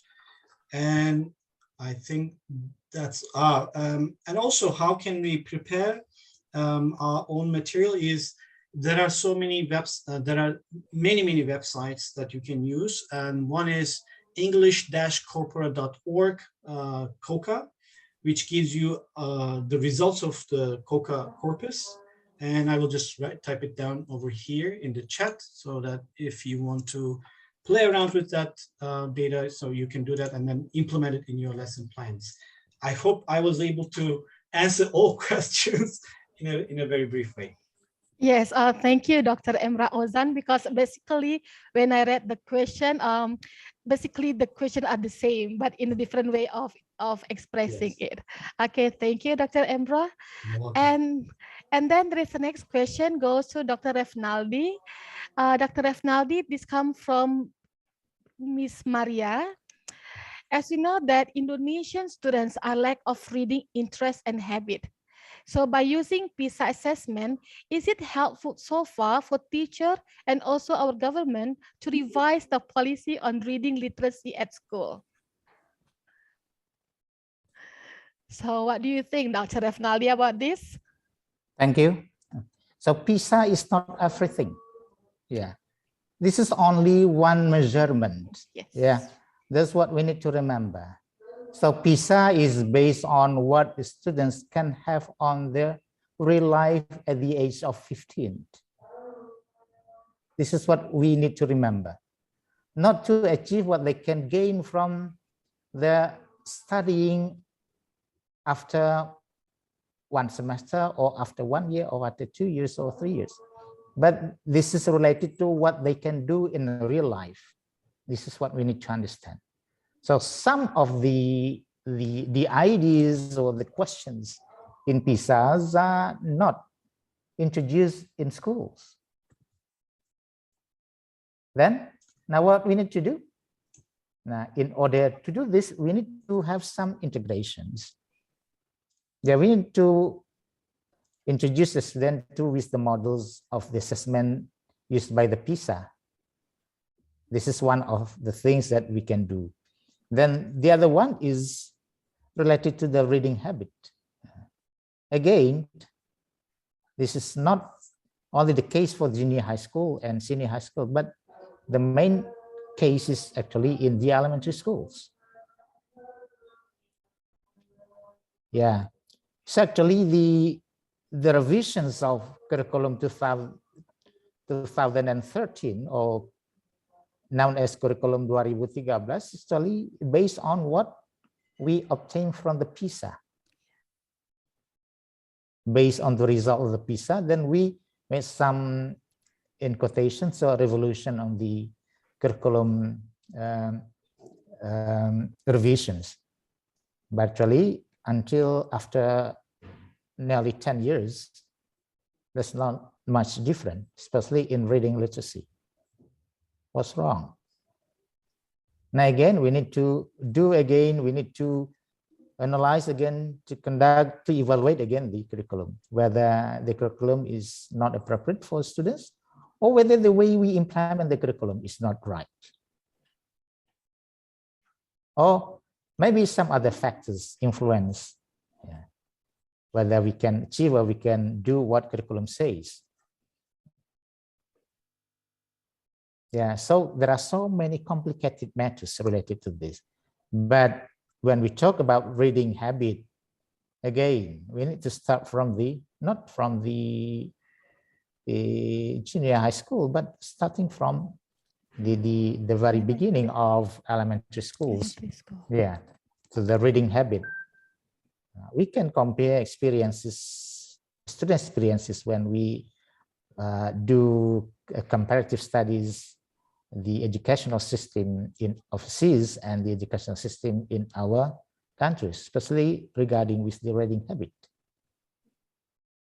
We can find that when students in other countries, they need to read at least some reading materials every week, then they need to report it to the class to show that they do reading activities, even though it is for their pleasure or some other things, but they have to read. But for us, we focus more on reading for the learning materials and some other one, but sometimes they don't do it quite well.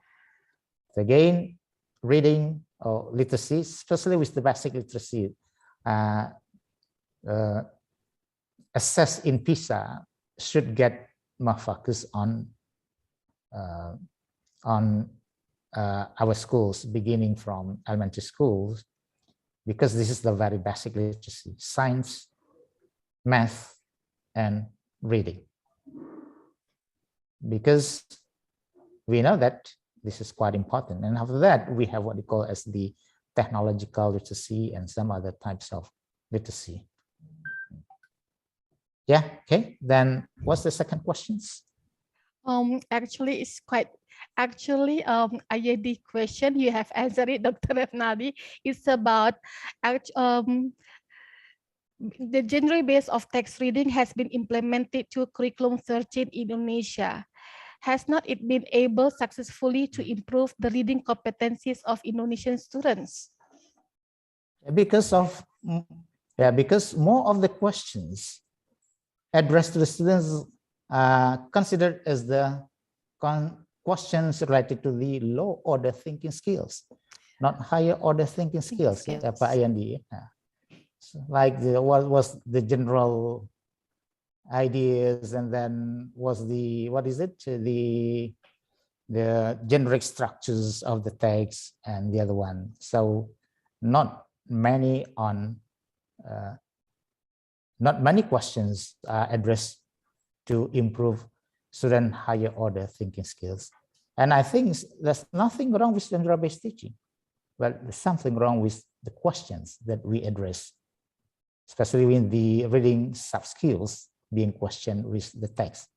And the other one is, it is quite rare for us to ask students when it is related to what we call as the descriptive text.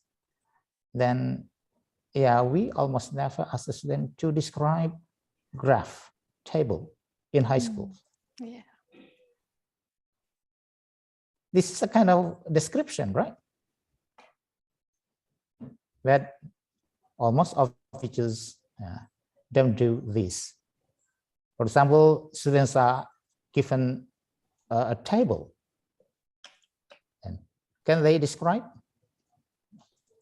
the content of the table and the trends that we can see from the table, or even from the graph or pie chart or some other one? Yeah, so most of the time when we talk about description, we talk about description of people, description of place, but not for the description of crowd, description of table, and some. While in the real life, we sometimes need to describe tables, especially in statistics, right? Tables, graph, that's what we have in our daily life. When we read newspapers, when we read some other resources, then we find tables, we find graph. And this is related to the, so nothing wrong with genre-based teaching, but the other thing is the way we address the questions. Many of the questions are at the level of low order thinking skills, not many on higher order thinking skills. And Bu Lili Suryani, my friends, yeah. Also, this is related to the, what is it? A PISA was offered in English. Even if it is translated into Bahasa Indonesia, and when we do it in Bahasa Indonesia with the PISA model, many of the students also get low scores. So it is not only a matter of language, but this is a matter of we think. Okay. Yeah, Bu Lili. Okay. So we have done it in Bahasa.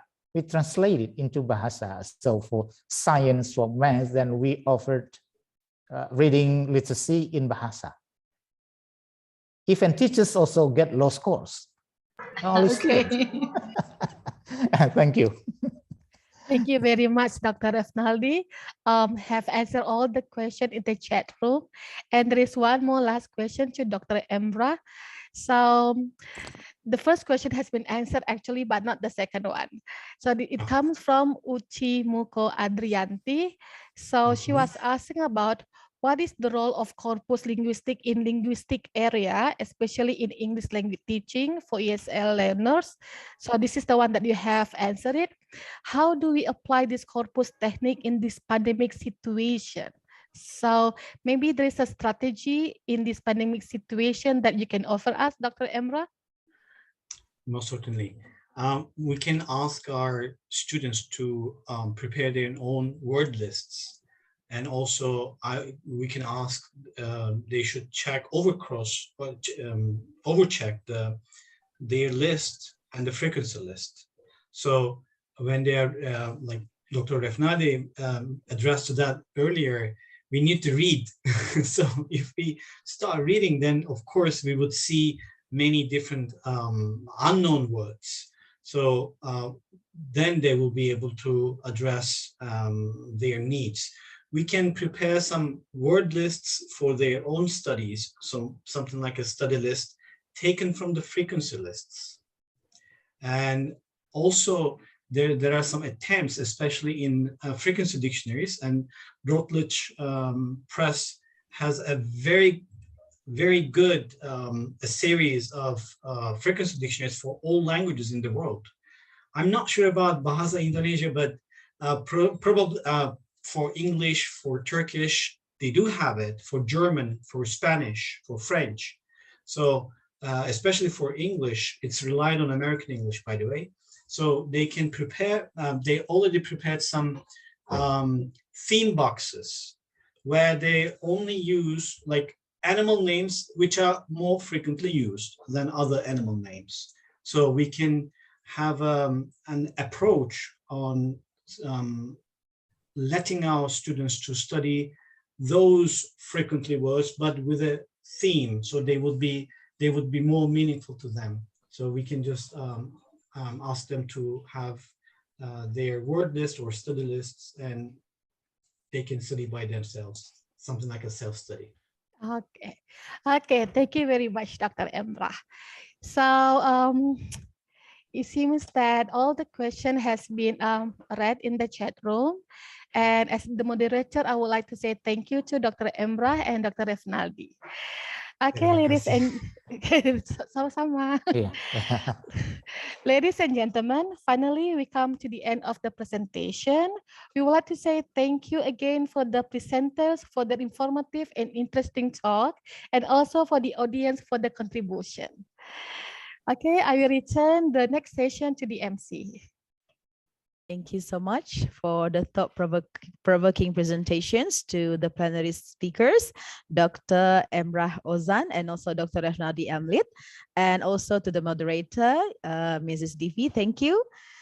All right, ladies and gentlemen, distinguished guests, presenters, and participants, we have come to the closing ceremony of the first ICOLP 2021. We would like to invite the chairman of the organizing committee for a report. Please welcome Aripudin MPD.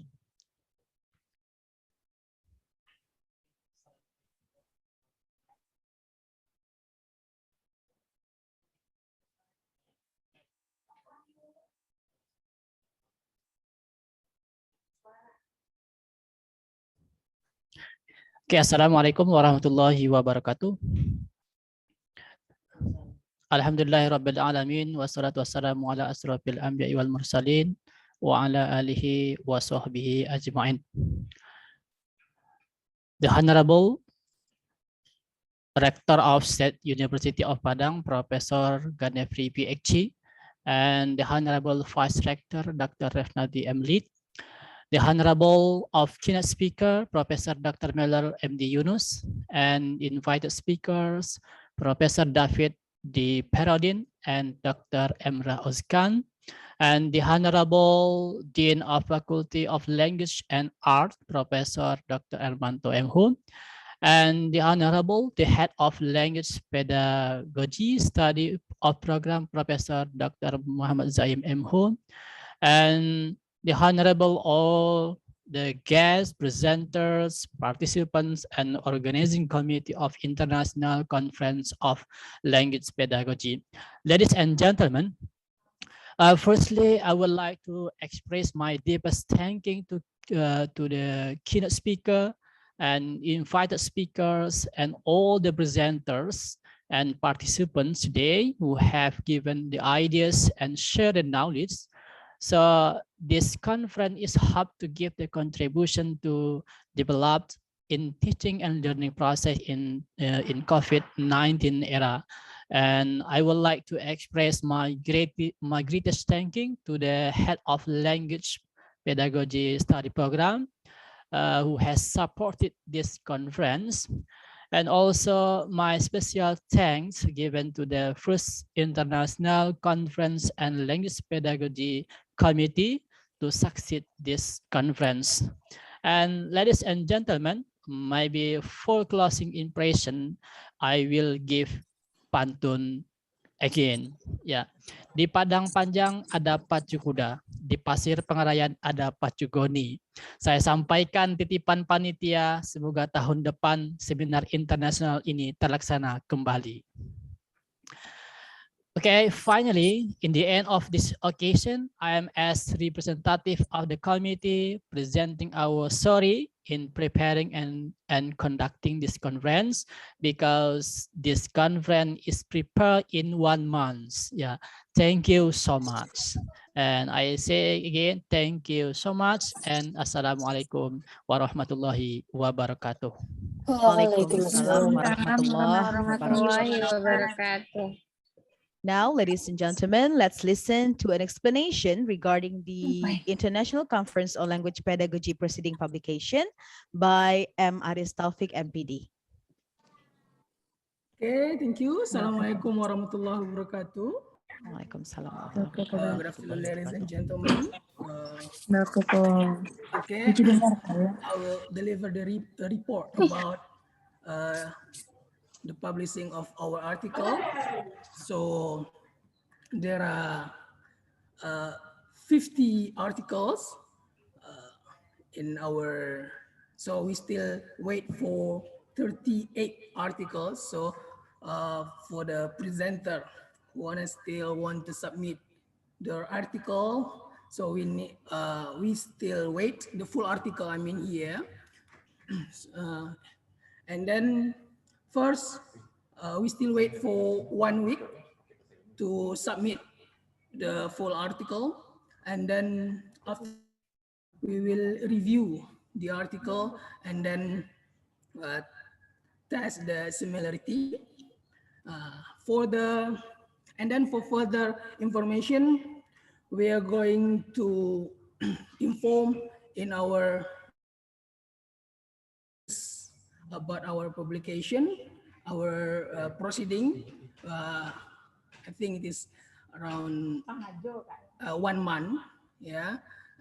And then if you have questions, you can ask the committee in WhatsApp group. Okay, thank you. Assalamualaikum warahmatullahi wabarakatuh. Waalaikumsalam warahmatullahi wabarakatuh. Waalaikumsalam warahmatullahi wabarakatuh. Ladies and gentlemen, it is now our honor to invite Dean of the Faculty of Languages and Arts, the State University of Padang, to officially close our conference. On behalf of the Dean, the Vice Dean for Academic Affairs, please welcome Dr. Hafid Ardi, SPD M.Hum. Thank you, Ms. Yati. Right. Assalamualaikum warahmatullahi wabarakatuh. Good afternoon, everybody. Good afternoon. Honorable Rector of Universitas Negeri Padang, Vice Rector of Universitas Negeri Padang, Honorable keynote speakers of the first International Virtual Conference on Language and Language Pedagogy, Honorable Dean of Faculty of Language and Art and Head of Study Program of Language Pedagogy. Ladies and gentlemen, I believe that from this morning until this afternoon, all of us have obtained fruitful and valuable discussion in our international virtual conference, language related to language pedagogy, held by doctoral program of language pedagogy, Faculty of Languages and Art of Universitas Negeri Padang. The main theme of this conference, language learning innovation in pandemic COVID-19 era, is very up to date and suitable for this situation. We hope we have learned a lot from the keynote session delivered by amazing invited speakers who have shared their works related to innovation in a pandemic COVID-19. Once again, on behalf of the Dean, Faculty of Language and Art, and also on behalf of Rector Universitas Negeri Padang, we'd like to say thanks to Dr. Ronaldi, MLead from Universitas Negeri Padang, Prof. Dr. M. Zaim M. Hum, the Chairperson of Language Pedagogy Study Program, Prof. Dr. Meller, MD Yunus from University Kebangsaan Malaysia, Dr. Emrah Özkan from Yildiz Technical University, Turkey, and also Prof. David D. Perudin from Mahidol University, Thailand. All of you have delivered such important material so that all can deepen our knowledge related to language pedagogy and language learning, language innovation as the answer to the challenge in the pandemic situation. Furthermore, I would like to thank all the presenters and participants who have joined this conference from all over the world. I'm certain that every presenter has presented the best experience from research application of language learning innovation. I sincerely hope that through your presentation and discussion afterward, all of us can contribute to solving the language learning problem in this pandemic era. We hope that this conference can be continued next year as the annual event of the language pedagogy study program. And I'd like to thank also the committee members of the organizing this conference. From the beginning, maybe as stated by the committee just now, you just try to finish the preparation for about 1 month. It's very short preparation, and it's very nice because you can handle all the preparation in very short time. And it's run smoothly this afternoon until this afternoon. And also, I would like to also apologize for any inconvenience during this conference, maybe a technical problem you experienced during this conference. Ladies and gentlemen, when there is a meeting, then there will be a goodbye too. Well, on behalf of the Dean, Faculty of Language and Arts, we'd like to say thank you very much again. And we are looking forward to getting back to your next year in this conference again, in the second international conference of language pedagogy in 2022. Thank you. And on behalf of the rectors and the dean, we formally close this international virtual conference by saying Hamdalah. Alhamdulillahirrahmanirrahim. Please forgive me if there is a mistake. Assalamualaikum warahmatullahi wabarakatuh. Waalaikumsalam warahmatullahi wabarakatuh. Ladies and gentlemen, this completes the first International Conference on Language Pedagogy 2021. We look forward to seeing you again next year at the second International Conference on Language Pedagogy 2022. Thank you so much for your attention and cooperation. Wassalamualaikum warahmatullahi wabarakatuh. Waalaikumsalam warahmatullahi wabarakatuh.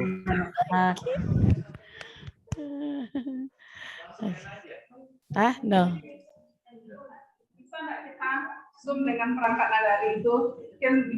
Congratulations, the committee, Prof. Zaim. Thank you very much. Thank you very much, the head of the committee. Thank you. Bye. Thank you. Bye-bye. Thank you, Prof. Thank you. Thank you, Prof. Thank you semuanya. Semuanya ya. Sukses. Yes, thank Terima kasih, you. Prof. Sama-sama, Prof. Prof. Bapak Ketua, sukses. Selamat. Thank you, Mister.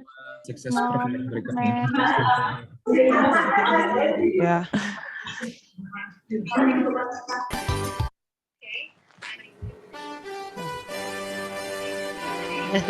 Ada balik kampung lagunya.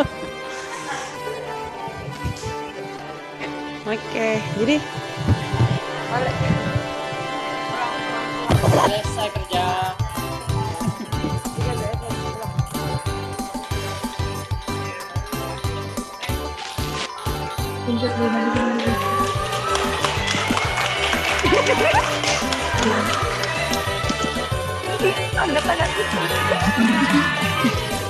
Kampuang nan Jawa Timur, Gunung Sansai Pakulilir, Tatana kawan-kawan alamu, Sangke basul yang suliang, Pandu dua nyonat elok, dan suku bago tonggoyong, susah sanang samo diraso, dan takkan najo kampung, takkan najo kampung, Inga ayah ada sadonyo, raso main mau ingat dan pulang, dan takkan najo kampung.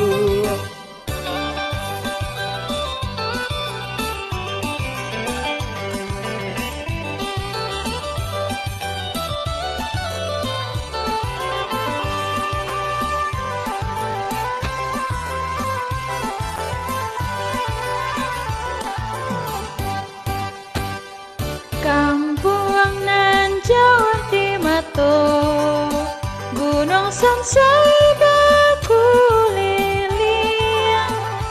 takkan aju kawan-kawanan lamur, sangke basul yang suling, tandu dua nyonan elo, nan suka bagatong royong, susah senang semongsa mau dirasa, dan takkan aja kampung, takkan aja kampung, Indo ayah ada sadonyo, raso main mau ingat dan pulang, dan takkan aja kampung, takkan aja kampung, Indo ayah ada sadonyo,